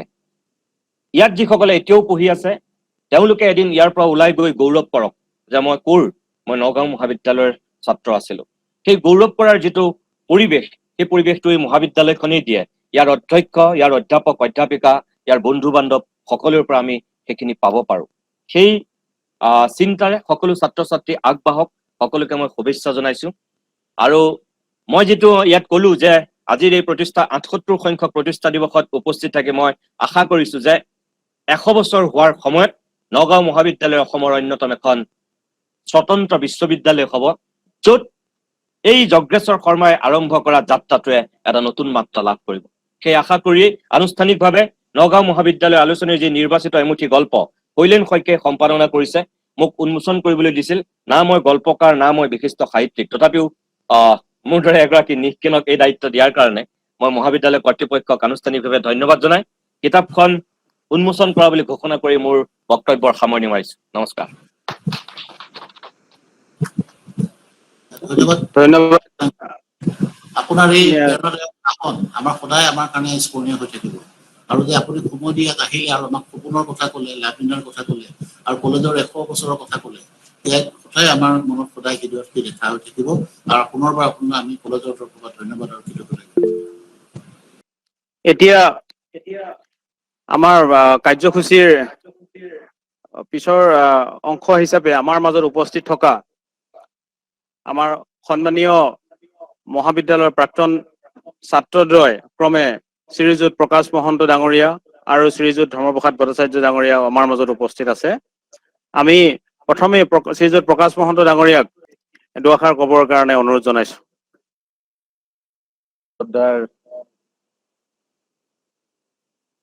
এই মহাবিদ্যালয়ৰ পৰিচালনা সমিতি শৰৎ চন্দ্ৰ দত্ত ছাৰ, মহাবিদ্যালয়ৰ অধ্যক্ষ শৰৎ বৰকটকী, মোৰ বন্ধু প্ৰতিম শৰৎ বৰকটকী ডাঙৰীয়া, আজিৰ এই অনুষ্ঠানৰ মুখ্য অতিথি হিচাপে অংশ লোৱা মোৰ সতীৰ্থ বিশিষ্ট সাংবাদিক, প্ৰতিদিন টাইমৰ editor in chief Nitumoni Saikia ডাঙৰীয়া, মোৰ জ্যেষ্ঠ এই মহাবিদ্যালয়ৰ প্ৰাক্তন ছাত্ৰ তথা ছাত্ৰ একতা সভাৰ প্ৰাক্তন উপসভাপতি ধৰ্ম ভট্ট ডাঙৰীয়া আৰু নগাঁও সমষ্টিৰ মোৰ মৰমৰ বিধায়ক তথা এই মহাবিদ্যালয়ৰ মহাৰজত জয়ন্তী আৰু এলুমিনি এছ'চিয়েশ্যনৰ সভাপতি ৰূপক শৰ্মা ডাঙৰীয়া, ইয়াত উপস্থিত থকা ছাত্ৰ ছাত্ৰী বন্ধু বান্ধৱীসকল আৰু সন্মুখৰ স্ক্ৰীণত মোৰ চকুত ভাহি থকা এখন মুখ মোৰ চকুত এতিয়াও ভাহি আছে আৰু তলত ভাহি আছে বিপুল কটকী আৰু জোচেফ ছাৰ। তেখেতসকল যদিও বিপুল কটকী ছাৰ ছায়েন্স ষ্ট্ৰীমৰ আছিল, মই আৰ্টছ ষ্ট্ৰীমৰ আছিলো, জোচেফ ছাৰে আমাক ইংৰাজী পঢ়াইছিল। আজি খুব ভাল লাগিছে যে কেৰেলাত থাকি তেখেত আমাৰ লগত সংযুক্ত হৈ আছে এই মুহূৰ্তত। মই এই দুয়োগৰাকী ছাৰ আৰু বাকী সকল অধ্যাপক আৰু ছাত্ৰক প্ৰথমে মোৰ আন্তৰিক কৃতজ্ঞতা, প্ৰণাম আৰু শ্ৰদ্ধা নিবেদন কৰিছো। মই আজি নিজকে অতি ভাগ্যৱান বুলি ভাবিছো এইবাবে যে এইখন মহাবিদ্যালয়ত মোৰ পিতৃয়ে পঢ়িছিল, তাৰ পৰৱৰ্তী সময়ত মোৰ খুৰাহঁতে পঢ়িছিল, মোৰ দাদাহঁতে পঢ়িছিল, মই পঢ়িছিলো, মোৰ ভাতৃ ভাগিন ভতিজাহঁতে পঢ়িছে। অৱশ্যে মোৰ ল'ৰা ছোৱালীয়ে ইয়াত পঢ়িবলৈ পোৱা নাই, কিয় পিতৃসূত্ৰে গুৱাহাটীত থকাৰ বাবে তেওঁলোকে তাত পঢ়িছে। কিন্তু মহাবিদ্যালয়খনৰ সৈতে কৈশোৰৰ পৰা শিক্ষাৰ্থী জীৱনৰ সুদীৰ্ঘ সময় মই ইয়াত পাৰ কৰিছো। মহাবিদ্যালয় চৌহদত প্ৰয়াত কমল গোস্বামী ছাৰৰ তেখেত আৱাসিক অধীক্ষক আছিল, ছাত্ৰাবাসৰ অধীক্ষক আছিল। তেখেত আমাৰ সম্পৰ্কীয়ও আছিল, শিক্ষাগুৰুও আছিল। আৰু মনোজ গোস্বামী তেখেতৰ পুত্ৰ, আন এগৰাকী বিশিষ্ট সাংবাদিক সাহিত্যিক। এই মনোজ গোস্বামী আমি সমবয়সীয়া আছিলো। গতিকে পাৰিবাৰিক আৰু বন্ধুত্বৰ সূত্ৰে বাল্যকালৰ পৰাই নগাঁও মহাবিদ্যালয়ৰ চৌহদৰ সৈতে মোৰ এটা সম্পৰ্ক গঢ় লৈ উঠিছিল। আৰু ৭২ চনত যেতিয়া মাধ্যম আন্দোলন হৈছিল, অনিল বৰা তেতিয়া নগাঁও মহাবিদ্যালয়ৰ জেনেৰেল ছেক্ৰেটাৰী আছিল। সেই সময়ত মোৰ খুৰা দ্বিজেন্দ্ৰ নাৰায়ণ গোস্বামী, তেখেত কেইদিনমান আগতে তেখেতৰ মৃত্যু হৈছে, তেখেত সহকাৰী সম্পাদক আছিল। আৰু অনিল বৰাৰ মৃত্যু হোৱাৰ দিনটোত সেই সময়ত সম্ভৱতঃ মই ক্লাছ 6ৰ ষ্টুডেণ্ট আছিলো শিঙিয়াপটনি হাইস্কুলৰ। আৰু তাৰ পৰাই কিছু ডাঙৰ ল'ৰাৰ লগত পিছদিনাখন আমি আহি হোজাই লৈ প্ৰতিবাদ কৰিবলৈ গৈছিলো। মোৰ সংগ্ৰামী আৰু সামাজিক জীৱনৰ আৰম্ভণি সেই দিনটোত হৈছিল। আৰু যি দিনটোৰ পটভূমি, যি দিনটোৰ পৰিকাঠামো, মোৰ সামাজিক জীৱনৰ পৰিকাঠামো মোৰ কৈশোৰ জীৱনতে নগাঁও মহাবিদ্যালয়ৰ চৌহদত নিৰ্মাণ হৈছিল। আৰু সেই সূত্ৰেই মই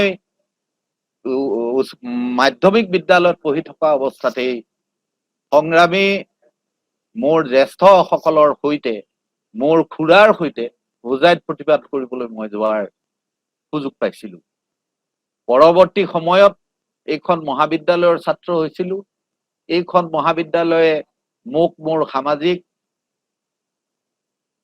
জীৱনটোৰ ভেটিটো আৰু অধিক সুদৃঢ় কৰি তুলিছিল, যাৰ বাবে মই নগাঁও জিলা ছাত্ৰ সন্থাৰ সভাপতি হৈছিলো। আৰু পৰৱৰ্তী সময়ত কৃষি ক্ষেত্ৰৰ লগত জড়িত হোৱাৰ প্ৰবল ইচ্ছা থকা স্বত্বেও সাংবাদিকতাৰ ক্ষেত্ৰলৈ মই সংগ্ৰামৰ তাগিদাতে যাব লগা হৈছিল। আৰু সুদীৰ্ঘকাল এই সাংবাদিকতাৰ সৈতে এতিয়ালৈকে জড়িত হৈ আছো। কিন্তু মোৰ কেইটামান কথাই মনত পৰে। মই জোচেফ ছাৰে পঢ়োৱা ইংৰাজীৰ লাইন, প্ৰতিটো লাইনত টান শব্দকেইটাৰ বানানটো তেওঁ মাতি যাওঁতে বানানটো কৈ যায় যাতে ল'ৰা ছোৱালীৰ মনত থাকে। সেই কথা, সেই স্মৃতি মোৰ মনত আছে। ৰাজগুৰু ছাৰৰ ফকৰা যোজনাৰ কিতাপখনৰ কথা মনত আছে। মহিম বৰা ছাৰৰ কথা অতিকে মোৰ মনত আছে। মহিম বৰা ছাৰৰ সৈতে বহুত ধেমালি কৰাৰ মুহূৰ্ত পাৰ কৰিছো। নগাঁও মহাবিদ্যালয়ৰ কমল গোস্বামী ছাৰ, তেখেতৰ মৃত্যুৰ প্ৰাকক্ষণত ভগৱানে মোক এনেকুৱা এটা সুযোগ দিলে যে কমল গোস্বামী ছাৰ যদি নহলহেঁতেন, তেনেহলে চাগৈ নগাঁও মহাবিদ্যালয়ত পঢ়ি মই শিক্ষা গ্ৰহণ কৰাৰ সুযোগেই নাপালোহেঁতেন। আমাৰ মাজত বহু জ্যেষ্ঠ ব্যক্তি, আমাতকৈয়ে বেছি ডাঙৰ নহয়, কামাখ্যাদাৰ ভায়েক ধৰ্মভট্ট, আমাৰ সংগ্ৰামী সতীৰ্থ, আৰু বহু জ্যেষ্ঠ অধ্যাপকো আমাৰ সংগ্ৰামী সতীৰ্থৰ লগতে ব্যক্তিগত জীৱনৰ বন্ধুৰ দৰে আছিল।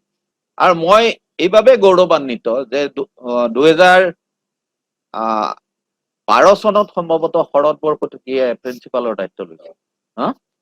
12 চন। শৰৎ বৰকটকী যদিও তেখেত বিজ্ঞানৰ ছাত্ৰ আছিল, শৰৎ বৰকটকী স্বাধীনৰ সাংবাদিক আছিল। শৰৎ বৰকটকীয়ে স্বাধীনত কবিতাও লিখিছিল, মাজে মাজে বিশেষ প্ৰতিবেদনো লিখিছিল। শৰৎ বৰকটকীয়ে দায়িত্ব লোৱাৰ পৰা এই বিগত 8টা বছৰত, 9টা বছৰত মহাবিদ্যালয়খনে এটা নতুন ৰূপ লাভ কৰিছে।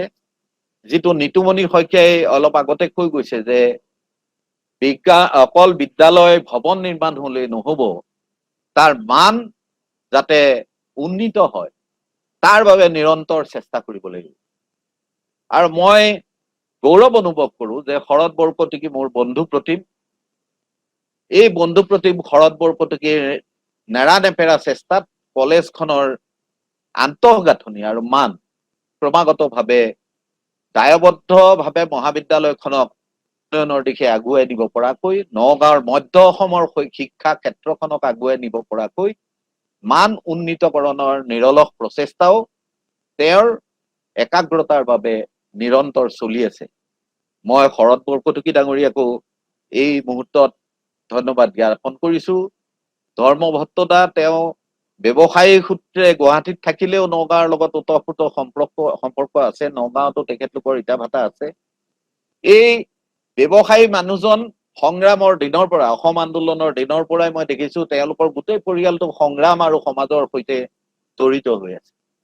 আৰু আমি প্ৰাচীন কালৰ পৰাই দেখিছো ৰজা মহাৰাজাৰ সন্তান হলেও আনুষ্ঠানিক শিক্ষাৰ বাবে গুৰুকুললৈ যোৱাটো বাধ্যতামূলক কৰাৰ দৰে কঠোৰ অনুশাসনৰ মাজত তেওঁলোকৰ জীৱনৰ তাৎপৰ্য, জীৱনৰ দায়িত্ব, কৰ্তব্যবোধ আৰু তাৰ কাৰণে আহৰণ কৰিবলগীয়া সকলো দিশৰ জ্ঞান, এইটোৰ কাৰণে তেওঁলোক গুৰুকুললৈ যোৱাটো বাধ্যতামূলক আছিল। তাৰ পৰা শ্ৰীৰামচন্দ্ৰও বাদ পৰা নাছিল।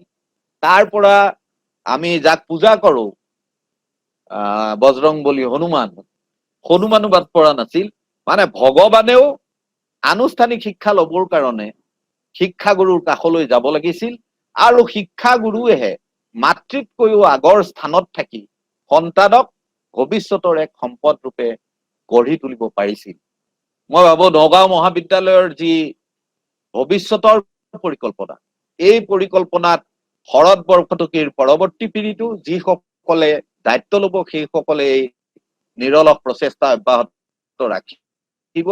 মই জোচেফ ছাৰৰ দৰে ব্যক্তি, যাক মই আজিৰ পৰা ৩৫ বছৰৰ আগতে লগ পাইছিলো, এই ৩৬ বছৰৰ পিছতো যে ছাৰ নগাঁও কলেজখনৰ প্ৰতি এনেদৰে আগ্ৰহী হৈ আজিৰ এই অনুষ্ঠানটো চাই আছে। বিপুল কটকী ছাৰ, তেখেতেও ৰিটায়াৰ কৰিছে, আজি চাই আছে।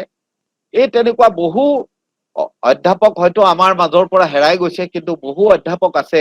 কামাখ্যা প্ৰসাদ চৌধুৰী ছাৰ আছে, চেনিমা বাইদেউ আছে নাই, অৱসৰ ইতিমধ্যে লৈছে। কিন্তু তেওঁলোক প্ৰতি মুহূৰ্ততে নগাঁও মহাবিদ্যালয়খনৰ প্ৰতি এটা আন্তৰিকতাপূৰ্ণ সম্পৰ্ক ৰখাৰ চেষ্টা তেওঁলোকে সুদূৰ কেৰালাত থাকিও জোচেফ ছাৰৰ দৰে চেষ্টা কৰিছে। এওঁলোকৰ সকলোৰে আশীৰ্বাদত মহাবিদ্যালয়খন আগুৱাই যাব।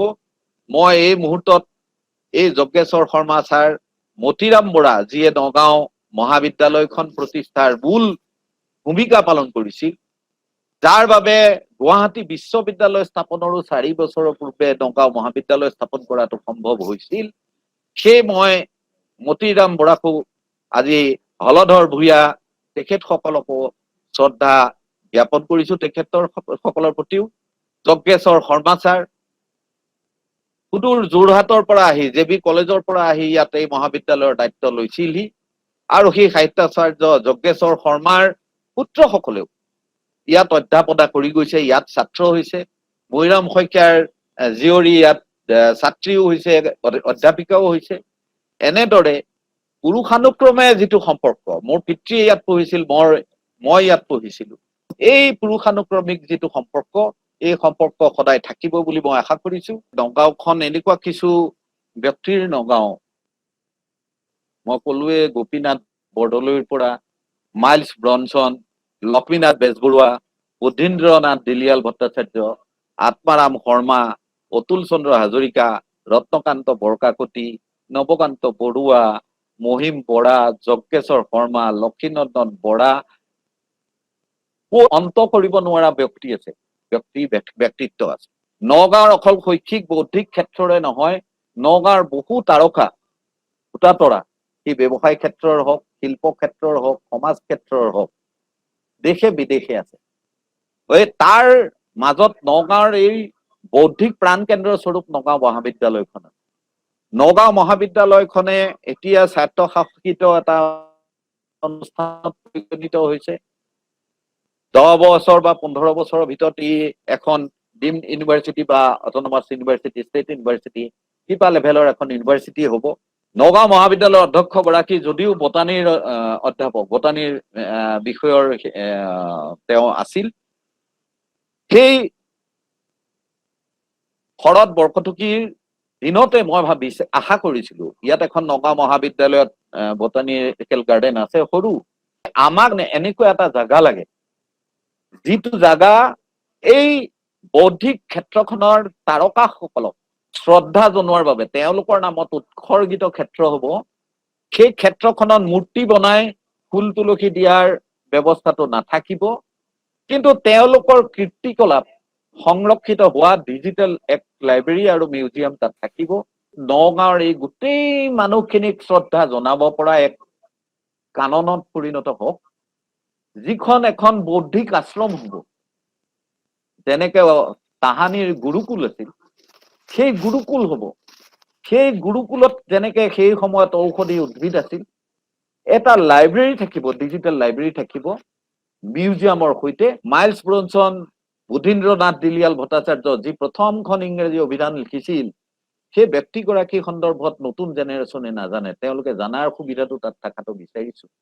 আৰু আয়ুষ বুলি কেন্দ্ৰীয় চৰকাৰে যি আয়ুৰ্বেদৰ ঔষধৰ কাৰণে আমাৰ ইয়াত মেডিচিনেল প্লেণ্ট কৰি আছে, সেই মেডিচিনেল প্লেণ্টৰ যাতে তাত পৰিচয়টো ছাত্ৰ ছাত্ৰীসকলৰ ঘটে, বিশেষকৈ বটানীৰ বায়'লজি পঢ়া ল'ৰা ছোৱালীয়ে যাতে এই ইয়াতে শিকিব পাৰে, এইখিনি চাব পাৰে, তাৰ উপকাৰিতা, তাৰ আনকি তাৰ পৰা বাণিজ্যও হ'ব তাত যদি প্ৰচেছৰ কৰা হয়। আৰু যদি সেইটো এটা ৱাকিং জোন হয় বা চাইক্লিং জোন হয়, তাত ভাবো সি এটা পৰ্যটন ক্ষেত্ৰত পৰিণত হ'ব। শ্ৰীযুত প্ৰকাশ মহন্ত ডাঙৰীয়া, আপোনাৰ যি সৃষ্টিশীল কথা, আজি আমাৰ প্ৰতিষ্ঠা দিৱসৰ এটা শুভক্ষণত আপুনি যিখিনি কথা আগবঢ়ালে, সেইখিনি কথা আমি সঁচাকৈ মনত ৰাখিম। আপোনাৰ উপস্থিতি আৰু আপোনাৰ বক্তব্যৰ কাৰণে আমি আপোনাক ধন্যবাদ জ্ঞাপন কৰিলো।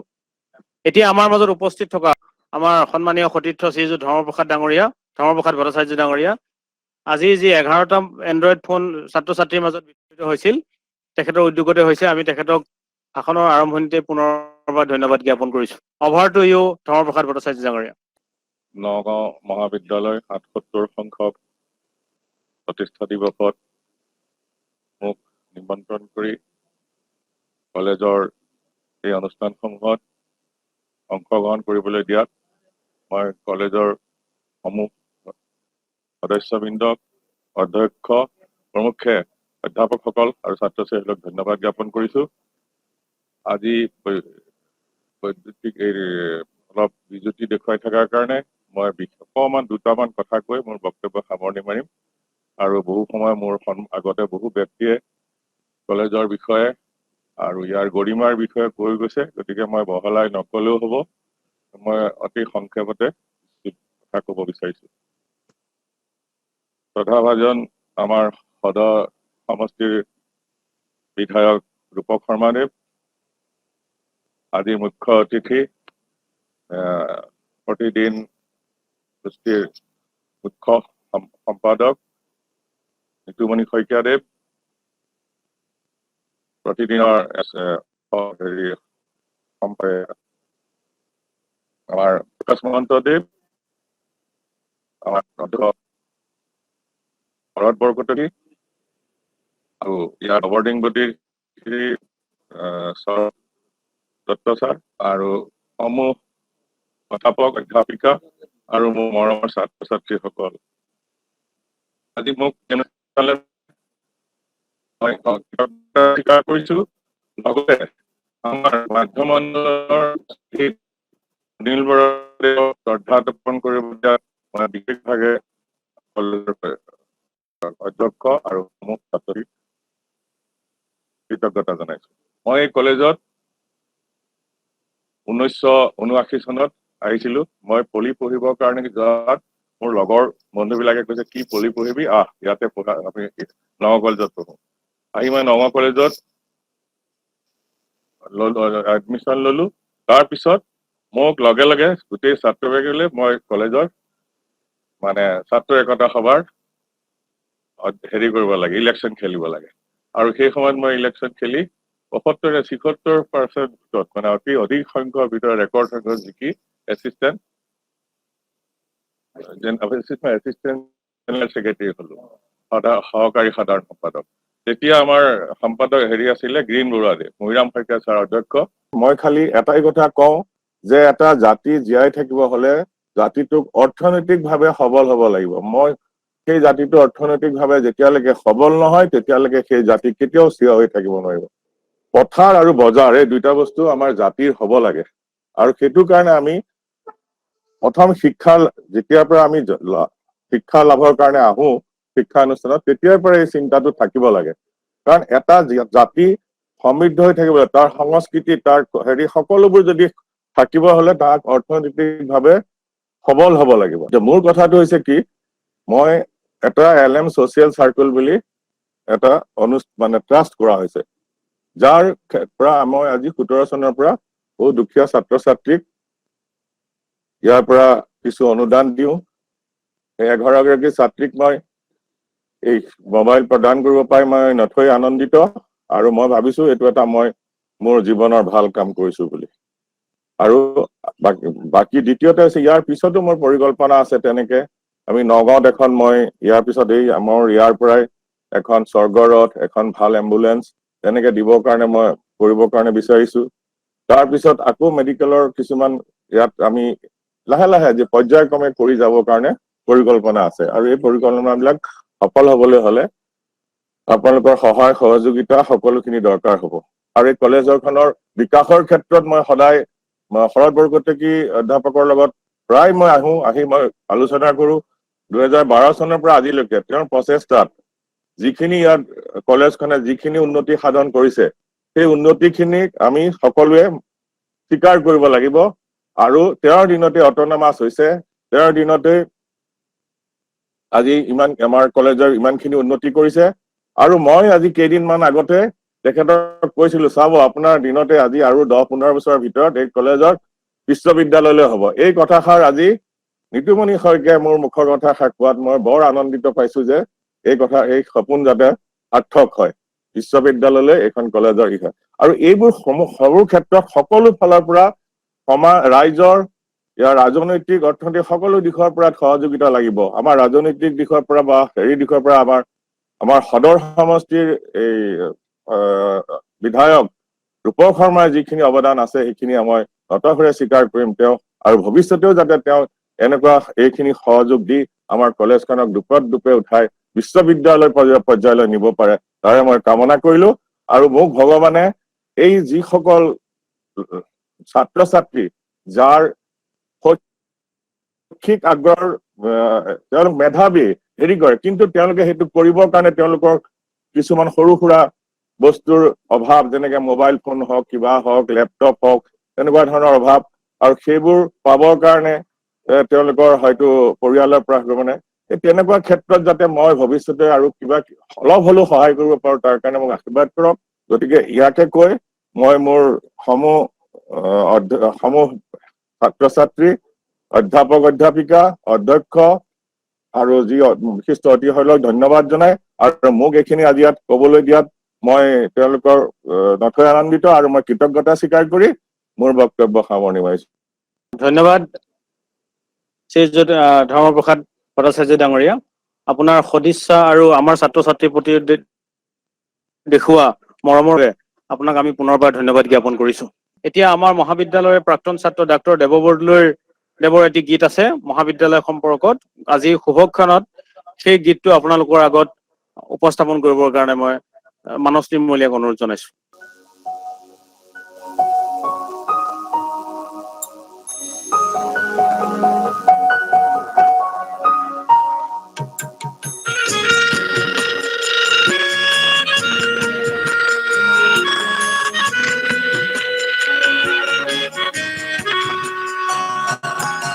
পুণ্য তীৰ্থ নগাঁও কলেজ, তুমি বৰ আদৰৰ নগাঁও কলেজ। পুণ্য তীৰ্থ নগাঁও কলেজ, তুমি বৰ আদৰৰ নগাঁও কলেজ। বিচাৰি আহিছো আমি সতীৰ্থ, বিচাৰি আহিছো আমি সতীৰ্থ। সুবাস সোণালী দিনৰ, সুবাস সোণালী দিনৰ, স্বাগতম হে সতীৰ্থ, স্বাগতম সতীৰ্থ, স্বাগতম হে সতীৰ্থ। স্বাগতম সতীৰ্থ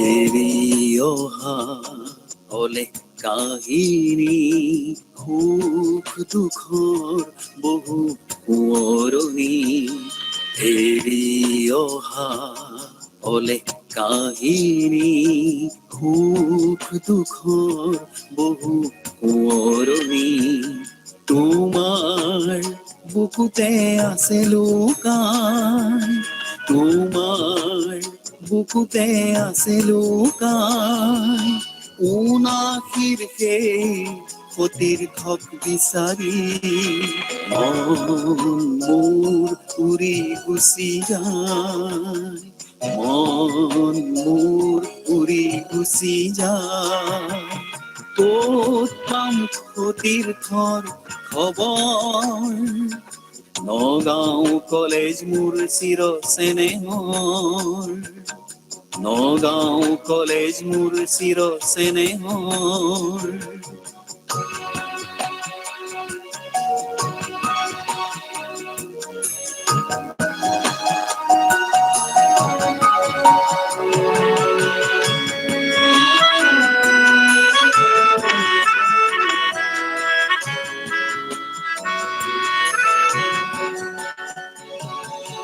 নগাঁও কলেজ আজি উদুলি মুদুলি নগাঁও কলেজ আজি উদুলি মুদুলি মহাৰজত জয়ন্তীৰ মেলা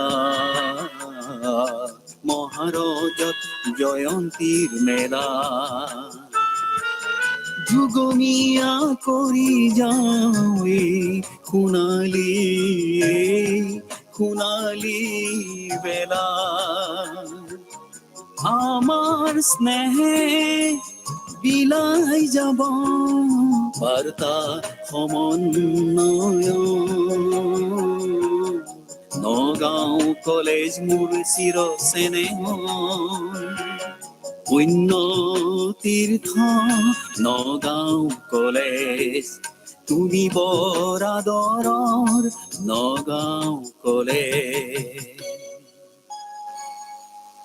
আমি ডাক্তৰ দেৱ বৰদলৈ ডাঙৰীয়াক এই সুন্দৰ উপহাৰটিৰ বাবে ধন্যবাদ জ্ঞাপন কৰিছো। এতিয়া আমাৰ মহাবিদ্যালয়ৰ ছাত্ৰ একতা সভাৰ সংগীত বিভাগৰ দ্বাৰা এটা নগাঁও মহাবিদ্যালয়ৰ লগত আজি এই অনুষ্ঠানৰ লগত সংগতি ৰাখি এটা সংগীত প্ৰস্তুত কৰি উলিয়াইছে গীত। গতিকে সেই গীতটি আজি শুভাৰম্ভ কৰিবৰ কাৰণে আমাৰ মাজত উপস্থিত থকা আমাৰ সন্মানীয় অতিথি নিতুমণি শ্ৰীযুত নিতুমণি শইকীয়া দেৱক আমি অনুৰোধ জনাইছো। মাননীয় নগাঁও মহাবিদ্যালয়ৰ সন্মানীয় অধ্যক্ষ মহোদয়কে প্ৰমুখ্য কৰি এতিয়াও ইয়াত অংশগ্ৰহণ কৰি থকা বিশিষ্ট ব্যক্তিসকল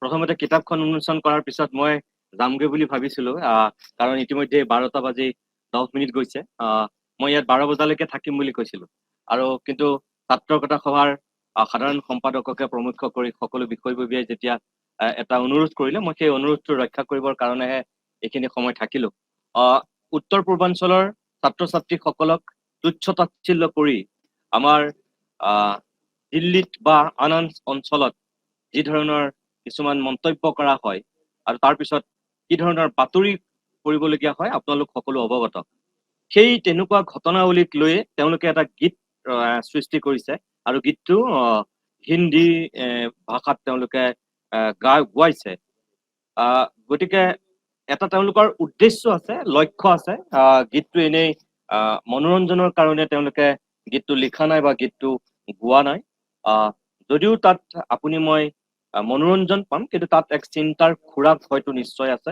তেওঁলোকৰ কথাৰ পৰা মোৰ সেইটোৱে অনুমান হৈছে মই আনুষ্ঠানিকভাৱে গীতটো উন্মোচন কৰাৰ বুলি এই মুহূৰ্তত ঘোষণা কৰিছো আৰু আপোনালোকে সকলোৱে যাতে তেওঁলোকৰ যি প্ৰচেষ্টা তাক আদৰি লয় মৰমেৰে যাতে তেওঁলোকক শুভেচ্ছা জনায় যিখিনি আশা লৈ তেওঁলোকে গীতটোৰ কাম আৰম্ভ কৰিছিল। আজি আনুষ্ঠানিকভাৱে সমাপ্ত হৈছে আৰু আপোনালোকৰ মাজলৈ উলিয়াই দিবৰ কাৰণে তেওঁলোকে এই মুহূৰ্তটোত যিহেতু ৰৈ আছিল, মই আনুষ্ঠানিকভাৱে গীতটো উন্মোচন কৰা বুলি ঘোষণা কৰিছো। এতিয়া আমি সকলোৱে গীতটো চাম আহক। আৰু শেষত মই অধ্যক্ষ মহোদয়ক পুনৰবাৰ ধন্যবাদ জনাইছো মোক ইয়ালৈ আমন্ত্ৰণ কৰাৰ কাৰণে। ছাত্ৰকতা সভাৰ বিষয়ববীয়াসকলক ধন্যবাদ জনাইছো। মহাবিদ্যালয়ৰ সমূহ শিক্ষাগুৰুক পুনৰবাৰ মই সেৱা জনাইছো। নগাঁও মহাবিদ্যালয়ৰ উত্তৰ কামনা কৰিছো। ভৱিষ্যতলৈ আকৌ হয়তো মহাবিদ্যালয়খনত মই উপস্থিত হ'ম। মই কৈছোৱেই আজি দ্বিতীয়বাৰৰ কাৰণে আহিলো। কোনে জানে আজিৰ পৰা 22 বছৰৰ পিছত অনুষ্ঠিত হ'বলগীয়া শতবৰ্ষটো চাগে এই অভাজন আহিবলগীয়া হ'ব পাৰে। সেই আশাৰে মই আপোনালোকৰ মাজৰ পৰা আজিলৈ বিদায় লৈছো। নমস্কাৰ।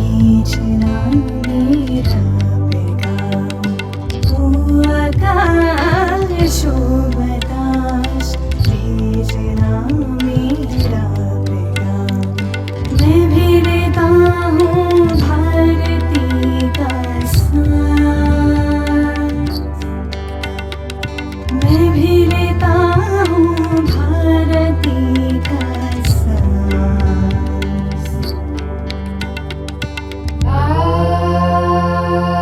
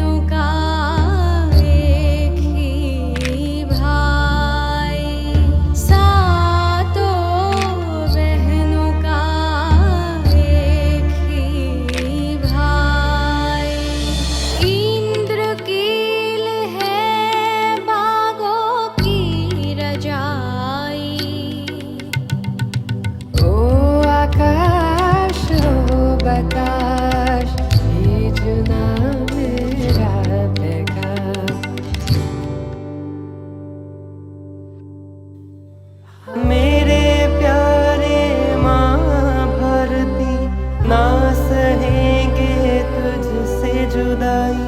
ओ आकाश ओ बताश भेजना मेरा पैगाम, मैं भी गाता हूँ राष्ट्रगान, मैं भी लेता हूँ भारती का सांस।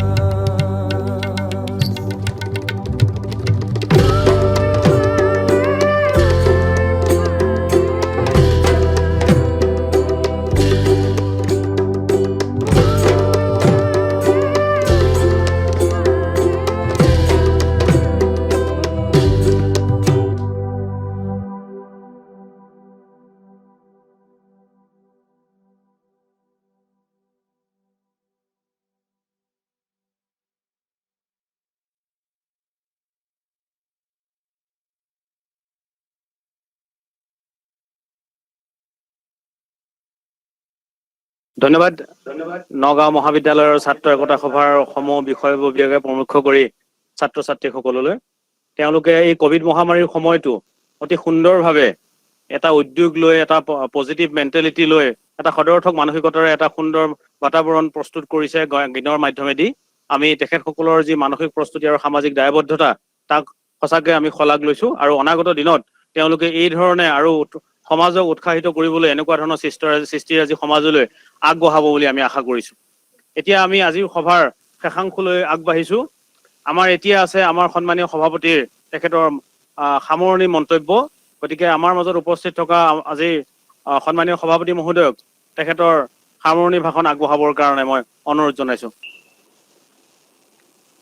আজিৰ প্ৰতিষ্ঠা দিৱসৰ গুগল মিটত উপস্থিত থকা নগাঁও মহাবিদ্যালয়ৰ অধ্যক্ষ মহোদয়, স্থানীয় বিধায়ক তথা এলুমিনি এছ'চিয়েশ্যনৰ সভাপতি মাননীয় শ্ৰীযুত ৰূপক শৰ্মা মহোদয়, প্ৰতিদিন টাইমছৰ editor in chief Shri Natimoni Saikia ডাঙৰীয়া, প্ৰতিদিন কাকতৰ সহযোগী সম্পাদক তথা এই মহাবিদ্যালয়ৰ এলুমিনি শ্ৰীযুত প্ৰকাশ মহন্ত ডাঙৰীয়া, ইণ্ডাষ্ট্ৰিয়েলিষ্ট তথা এলুমিনি শ্ৰীযুত ধৰ্মপ্ৰসাদ ভট্টাচাৰ্য ডাঙৰীয়া, IQACৰ কোঅৰ্ডিনেটৰ শ্ৰী ভুৱন চন্দ্ৰ চুতীয়া ডাঙৰীয়া, প্ৰতিষ্ঠা দিৱসৰ আহ্বায়ক ডক্টৰ নৱপ্ৰসাদ নাথ ডাঙৰীয়া, উপস্থিত শিক্ষক শিক্ষয়িত্ৰী মণ্ডলী, মৰমৰ ছাত্ৰ ছাত্ৰীসকল, এলুমিনিসকল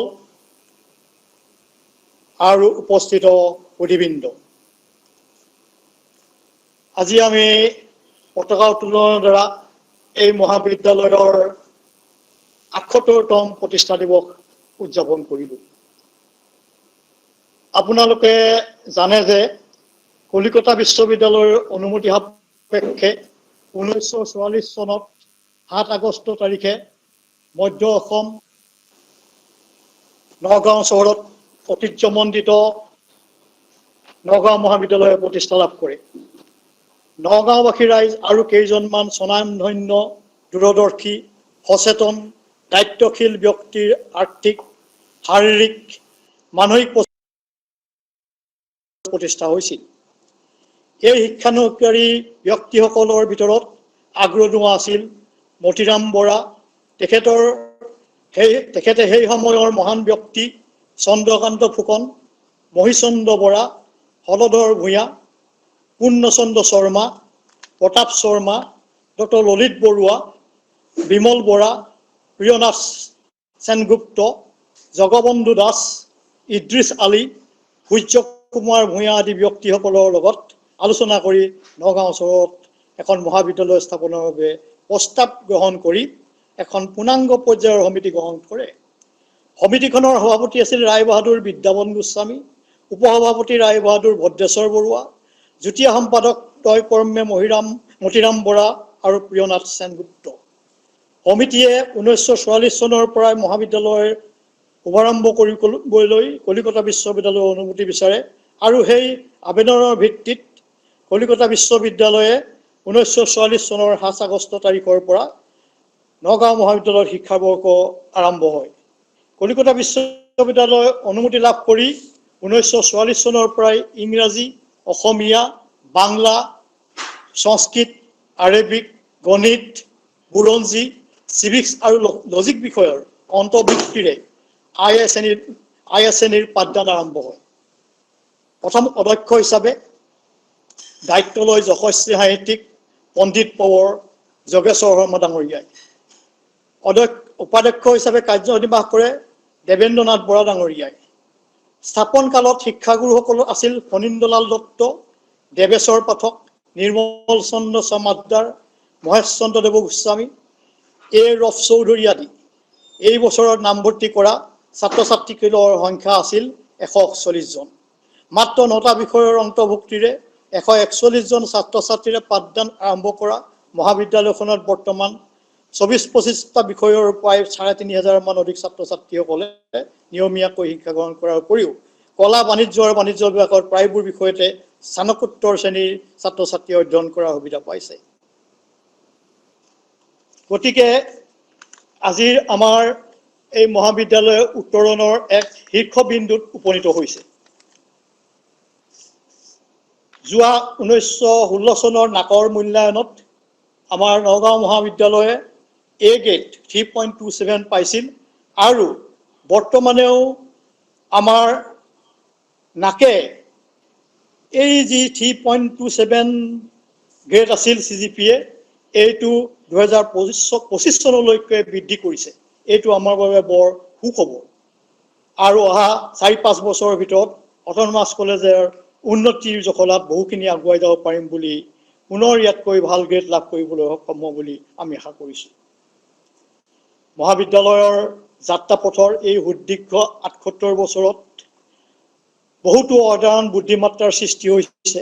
বিশেষকৈ শৈক্ষিক দিশত সামাজিক, ৰাজনৈতিক, সাহিত্য সাংস্কৃতিক বহু ক্ষেত্ৰত মূঢ়া ব্যক্তিৰ সৃষ্টি হৈছে। দেশৰ বিভিন্ন অংশত এইসকল দায়িত্বশীল ব্যক্তিয়ে সমাজক দিক নিৰ্দেশন কৰিবলৈ সক্ষম হৈছে। বৰ্তমানৰ কৰ্মদক্ষ নিষ্ঠাবান অধ্যক্ষ ডক্টৰ শৰৎ বৰকটকীৰ দিনত মহাবিদ্যালয়খনে সকলো দিশতে যথেষ্ট উন্নতি সাধন কৰিবলৈ সক্ষম হৈছে। তেখেতৰ আৰু মহাবিদ্যালয়ৰ শিক্ষক সমাজৰ চেষ্টাত যোৱা 2020 চনৰ 22 ডিচেম্বৰত UGCয়ে অট'নমাছ কলেজ ষ্টেটাছ প্ৰদান কৰিছে আৰু গুৱাহাটী বিশ্ববিদ্যালয়ৰ মাননীয় উপাচাৰ্য মহোদয়ে আমাৰ এই যি স্বীকৃতি অট'নমাছ কলেজৰ, সেই স্বীকৃতি 8/1/2021 তাৰিখে উপাচাৰ্য মহোদয়ে নিজে আহি আমাৰ কলেজ কৰ্তৃপক্ষৰ হাতত প্ৰদান কৰিছে। গতিকে আমি স্বতন্ত্ৰ কলেজ হিচাপে আমাৰ দায়িত্ব আৰু কৰ্তব্যবোধ বহুখিনি বৃদ্ধি ঘটিছে বুলি মই আশা ৰাখিছোঁ। আৰু আমি যদি সকলোৱে প্ৰচেষ্টা কৰোঁ, সকলোৱে লগ লাগি আৰু এই কলেজৰ উন্নতিৰ শীৰ্ষভাগত উপনীত হ'ব পাৰিম বুলি আশা কৰিছোঁ। এইখিনিতে মই মহাবিদ্যালয়ৰ কৰ্তৃপক্ষক অনুৰোধ জনাব বিচাৰিছোঁ, যদি প্ৰতি বছৰ একোখনকৈ মহাবিদ্যালয়ৰ এবছৰৰ উন্নয়নৰ খাতিয়ান দাঙি ধৰি এনুৱেল বুলেটিন প্ৰকাশ কৰিব পাৰে, তেতিয়াহ'লে প্ৰতি বছৰতে যদি এইখিনি থাকি যায় আৰু আমি এইখিনি পিছত একত্ৰিত কৰি এই যি প্ৰতিষ্ঠা দিৱস আছে, এই প্ৰতিষ্ঠা দিৱসতে এইখিনি উন্মোচন কৰিব পাৰিলে আমাৰ খুব ভাল হ'ব বুলি মই এটা আশা ৰাখিছোঁ। আমাৰ আজিৰ গুগল মিটত স্থানীয় বিধায়ক শ্ৰীযুত ৰূপক শৰ্মা ডাঙৰীয়াই মহাবিদ্যালয়ৰ মহাৰজত জয়ন্তীৰ সম্পৰ্কে বিতংভাৱে উল্লেখ কৰিছে আৰু এই মহাৰজত জয়ন্তীৰ এক নতুন মাত্ৰা প্ৰদান কৰাৰ কথা তেখেতে ভাষণ প্ৰসংগত কৈ গৈছে। কভিসৃষ্ট পৰিৱেশত যিমানখিনি ভালদৰে মহাৰজত জয়ন্তী উদযাপন কৰিব ব্যৱস্থা আছিল, সেইখিনি কৰিব নোৱাৰিলেও পিছৰ ক্ষেত্ৰত তেখেতে এইখিনি ভালদৰে পতাৰ কথাও আজি উল্লেখ কৰিছে। তেখেতে নগাঁও কলেজৰ ছাত্ৰ হিচাপে গৌৰৱবোধ কৰাৰ কথাও আজি সভাক অৱগত কৰে। প্ৰতিদিন টাইমৰ মুখ্য সম্পাদক শ্ৰীযুত নীতিমণি শইকীয়াদেৱে নিৰ্ধাৰিত এমুঠি গল্প নামৰ গ্ৰন্থ আজি উন্মোচন কৰিলে। তেখেতে অসমৰ উজ্জ্বল হৈ উঠা মহাবিদ্যালয়বিলাকৰ ভিতৰত নগাঁও মহাবিদ্যালয় এখন বুলি উল্লেখ কৰে। তেখেতে কটন মহাবিদ্যালয়ৰ বৌদ্ধিক দিশটো কিছু মান পৰিছে বুলি মন্তব্য দিয়ে। সৌৰভ চলিয়াই কটন কলেজৰ ছাত্ৰ অৱস্থাতেই লিখা অশান্ত ইলেক্ট্ৰন নামৰ যি গল্প লিখিছিল, সেই গল্পই এক সুকীয়া মাত্ৰা প্ৰদান কৰি থোৱা কথা তেখেতে বিৱৰি কয়। তেখেতে নগাঁও মহাবিদ্যালয় এখন পূৰ্ণাংগ বিশ্ববিদ্যালয় হোৱাৰ বাবে আশা প্ৰকাশ কৰে। তেখেতে শিক্ষকসকলৰ নিজৰ দায়িত্ব পালন কৰি মহাবিদ্যালয়খনৰ সহায় কৰিবলৈ অনুৰোধ জনায়। আমিও আশা ৰাখিছোঁ আমাৰ সকলোৰে প্ৰচেষ্টাত চৰকাৰৰ সদিচ্ছাৰ ফলত মহাবিদ্যালয়ৰ তথা আমাৰ স্থানীয় বিধায়ক ৰূপ শৰ্মাদেৱৰ তত্ত্বাৱধানত আমি নিশ্চয় এদিন এইখন পূৰ্ণাংগ বিশ্ববিদ্যালয় উপস্থাপন কৰিব পাৰিম। শ্ৰীযুত প্ৰকাশ মহন্ত ডাঙৰীয়াই এই মহাবিদ্যালয়খনৰ লগত বাল্যকালৰ পৰা জড়িত হৈ থকাৰ কথা বিৱৰি কৈছে। তেখেতে শ্ৰদ্ধেয় গোপীনাথ বৰদলৈ, শ্ৰীযুত মহিম বৰা ডাঙৰীয়া ২-৫ আগষ্ট তাৰিখে মৃত্যুবৰণ হৈছে বুলি এক তাৎপৰ্যপূৰ্ণ মন্তব্য কৰিছে। তেখেতে নগাঁও কলেজত পঢ়ি থকাৰ সময়ৰ পৰাই বহু কথা আজি স্মৰণ কৰিছে। ডক্টৰ শৰৎ বৰকটকী অধ্যক্ষ হিচাপে মহাবিদ্যালয়খনৰ নতুন মাত্ৰা প্ৰদান কৰিছে বুলি তেখেতে মন্তব্য দিয়ে। তেখেতে বৌদ্ধিক দিশত জড়িত ব্যক্তিসকলক সাম্ৰাজ্যিক সংৰক্ষিত কৰিবলৈ এডোখৰ ভূমি দিবলৈ বিধায়ক মহোদয়ক অনুৰোধ জনায়। তেখেতৰ অনুৰোধটো নিশ্চয় আমাৰ বিধায়ক মহোদয়ে মনত ৰাখিব আৰু এই বিষয়ত আমাক সহায় সহযোগিতা কৰিব বুলি আমি আশা কৰিছোঁ। শ্ৰীযুত ধৰ্মপ্ৰসাদ ভট্টাচাৰ্য ডাঙৰীয়াই আজি 11জন মেধাৱী ছাত্ৰ ছাত্ৰীক এণ্ড্ৰইড ফোন প্ৰদান কৰি এক বিৰল দৃষ্টান্ত দাঙি ধৰিছে। তেখেতৰ এই বৈদন্যতাৰ বাবে মই তেখেতক ধন্যবাদ জ্ঞাপন কৰিছোঁ। নগাঁও কলেজৰ তেখেতে ছাত্ৰ একতা সভাৰ সহকাৰী সাধাৰণ সম্পাদক হৈছিল আৰু বিপুল ভোটত জয়লাভ কৰিছিল বুলি তেখেতে আজি আমাক জানিবলৈ দিছিল। তেখেতে সামাজিক জীৱনৰ নগাঁৱৰ সামাজিক জীৱনত অৱদান জনাবলৈ তেখেতো বহুত মন্তব্য আছে, সপোন আছে বুলি আমাক আজি জনাইছে। আজি আমাৰ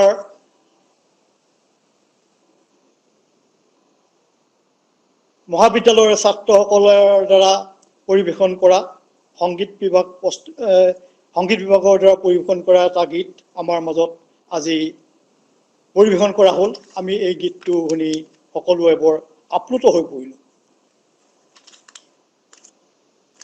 গতিকে আজিৰ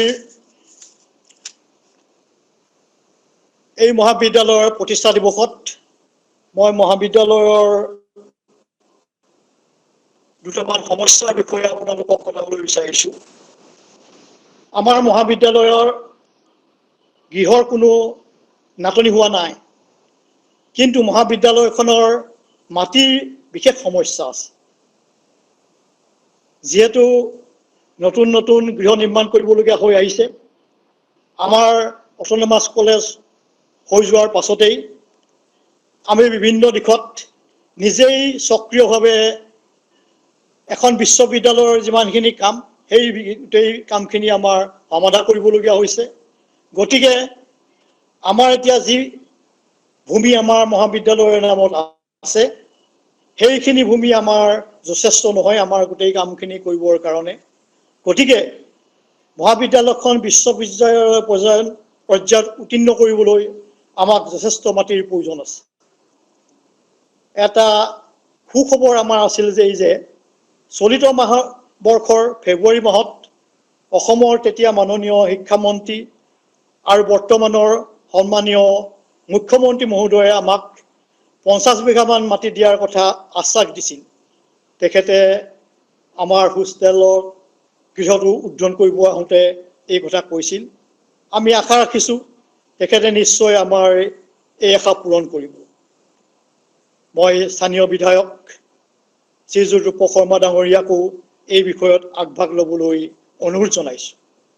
আমাক সকলো দিশতে সহায় আগবঢ়াই মহাবিদ্যালয়ৰ উন্নতিত প্ৰভূত বৰঙণি যোগোৱা স্থানীয় বিধায়ক মাননীয় ৰূপক শৰ্মাদেৱেও বিভিন্ন দিশত আমাক সহায় সহযোগিতা আগবঢ়াইছে আৰু আমি আশা ৰাখিছোঁ ভৱিষ্যতলৈ তেখেতে আমাক এইদৰে উৎসাহ উদ্দীপনা জগাব, আমাক সহায় সহযোগিতা কৰি মহাবিদ্যালয়খনৰ উত্তৰণত তেখেতে মুখ্য ভূমিকা গ্ৰহণ কৰিব।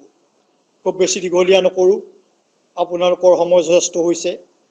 সদৌ শেষত মই আজি উপস্থিত থকা বিধায়ক মহোদয়, আমাৰ এই গুগল মিটত অংশগ্ৰহণ কৰা আমাৰ প্ৰতিদিন টাইমৰ মুখ্য সম্পাদক নীতুমণি শইকীয়া ডাঙৰীয়াক,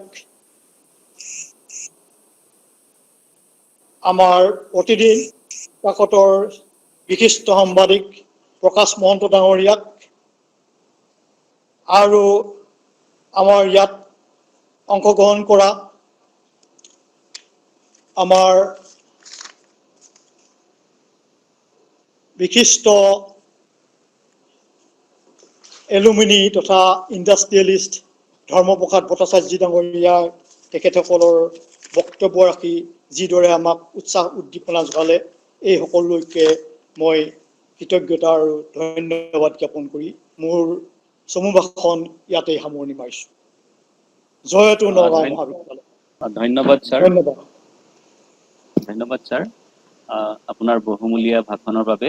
আমি আজি আমাৰ এই অনলাইন সভাৰ অন্তিম কাৰ্যসূচীত উপনীত হৈছোহি। আনুষ্ঠানিকভাৱে শলাগৰ শৰাই প্ৰদান কৰিব বিচাৰিছোঁ। মই প্ৰথমে ধন্যবাদ আৰু কৃতজ্ঞতা জ্ঞাপন কৰিব বিচাৰিছোঁ স্থানীয় বিধায়ক তথা নগাঁও মহাবিদ্যালয়ৰ প্ৰাক্তন ছাত্ৰ, আমাৰ অতি মৰমৰ এলুমিনি এছ'চিয়েশ্যনৰ সভাপতি ৰূপক শৰ্মা ডাঙৰীয়া, তেখেতৰ বহু ব্যস্ততাৰ মাজতো আমাক ইমানখিনি সময় দি আমাক এটি খুব মনোজ্ঞ বক্তৃতা প্ৰদান কৰি তেখেতে উৎসাহিত কৰিলে। আমি শলাগৰ শৰাই আগবঢ়াব বিচাৰিছোঁ শ্ৰদ্ধাৰ নীতুমণি শইকীয়া ডাঙৰীয়াক, প্ৰতিদিন টাইমৰ মুখ্য সম্পাদক। তেখেতৰ বহু ব্যস্ততাৰ মাজতো আহি আমাক তেখেতৰ মহান বক্তৃতাৰে উদ্বুদ্ধ কৰিলে। আমি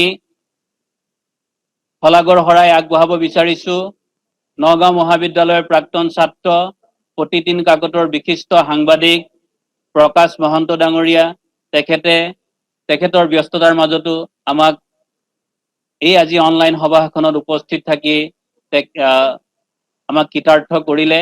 আমি শলাগৰ শৰাই আগবঢ়াব বিচাৰিছোঁ বিশিষ্ট ব্যৱসায়ী নগাঁও মহাবিদ্যালয়ৰ প্ৰাক্তন ছাত্ৰ ধৰ্মপ্ৰসাদ ভট্টাচাৰ্য ডাঙৰীয়া, তেখেতৰ মহান প্ৰচেষ্টাই নগাঁও মহাবিদ্যালয়ৰ পৰিয়ালবৰ্গক উৎসাহিত কৰিছে আৰু ভৱিষ্যতেও তেখেতৰ এই প্ৰচেষ্টাই আমাক সহায় কৰিব বুলি আমি বাঞ্ছা কৰিছোঁ। তেখেতলৈ আমি শলাগৰ শৰাই আগবঢ়াব বিচাৰিছোঁ।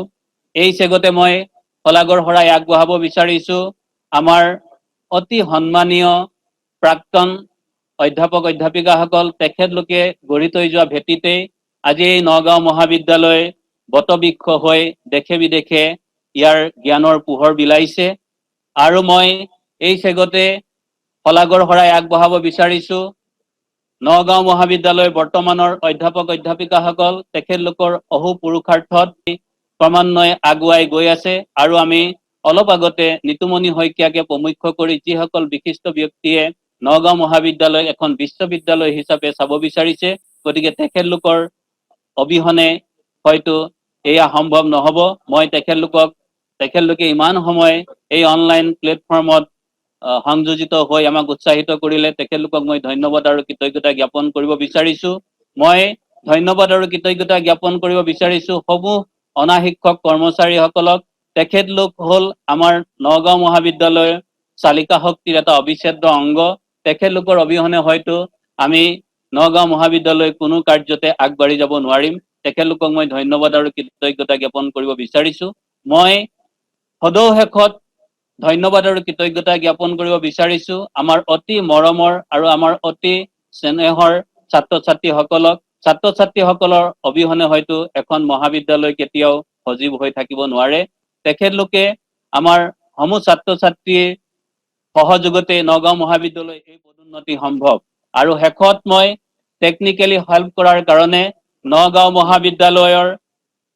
মহাবিদ্যালয়ৰ আমাৰ ICT চেলৰ সমূহ সদস্যবৃন্দক তেখেতলোকৰ অবিহনে হয়তো আজি এই অনলাইন সভাখন সম্পূৰ্ণ নহলহেঁতেন। আৰু মই সদৌ শেষত এই বটবৃক্ষ জ্ঞানৰ বৃক্ষ নগাঁও মহাবিদ্যালয় সমূহ শুভাকাংক্ষীকে ধন্যবাদ আৰু কৃতজ্ঞতা জ্ঞাপন কৰি মোৰ শলাগৰ শৰাই ইয়াতে সমাপ্ত কৰিব বিচাৰিছো। আৰু ইয়াৰ পিছতে আমাৰ আজি এই সভা জাতীয় সংগীতেৰে সমাপ্ত হ'ব আৰু পৰৱৰ্তী সময়ত সন্ধিয়া ঠিক 5:30 বন্তি প্ৰজ্বলন অনুষ্ঠিত হ'ব আৰু এই বন্তি প্ৰজ্বলনত অংশগ্ৰহণ কৰিব নগাঁও মহাবিদ্যালয়ৰ কলেজ শিক্ষক পৰিষদৰ সম্পাদক ভূপাল কলিতা দেৱে আৰু লগতে থাকিব নগাঁও কলেজ কৰ্মচাৰী সন্থাৰ সম্পাদক জীৱন কলিতা। মই তেখেতলোকক আজি এই যি আমাৰ বন্তি প্ৰজ্বলন হ'ব এই বন্তি প্ৰজ্বলনত সহযোগিতা আগবঢ়াবৰ কাৰণে অনুৰোধ জনাই মই মানৱজ্যোতি নিৰ্মলীয়াক আজি এই অনলাইন সভাখন আমাৰ জাতীয় সংগীতেৰে সমাপ্ত কৰিবৰ কাৰণে অনুৰোধ জনাইছো। Over to Manabjyoti নিৰ্মলীয়া।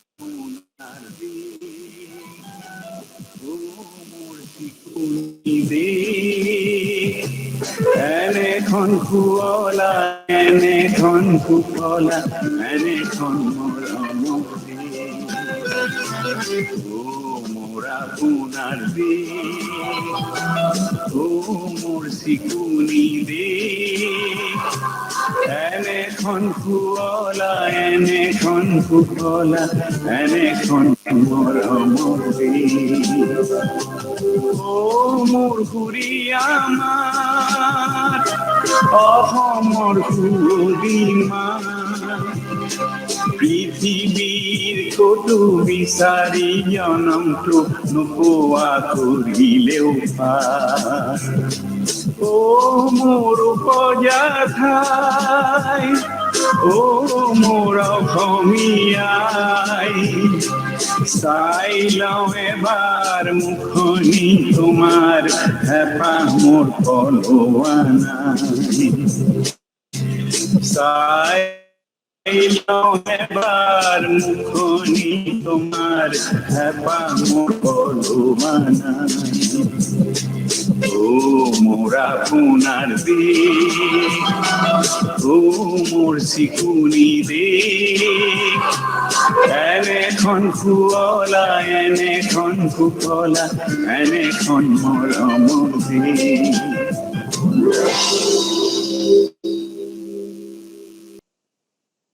এতিয়া আমি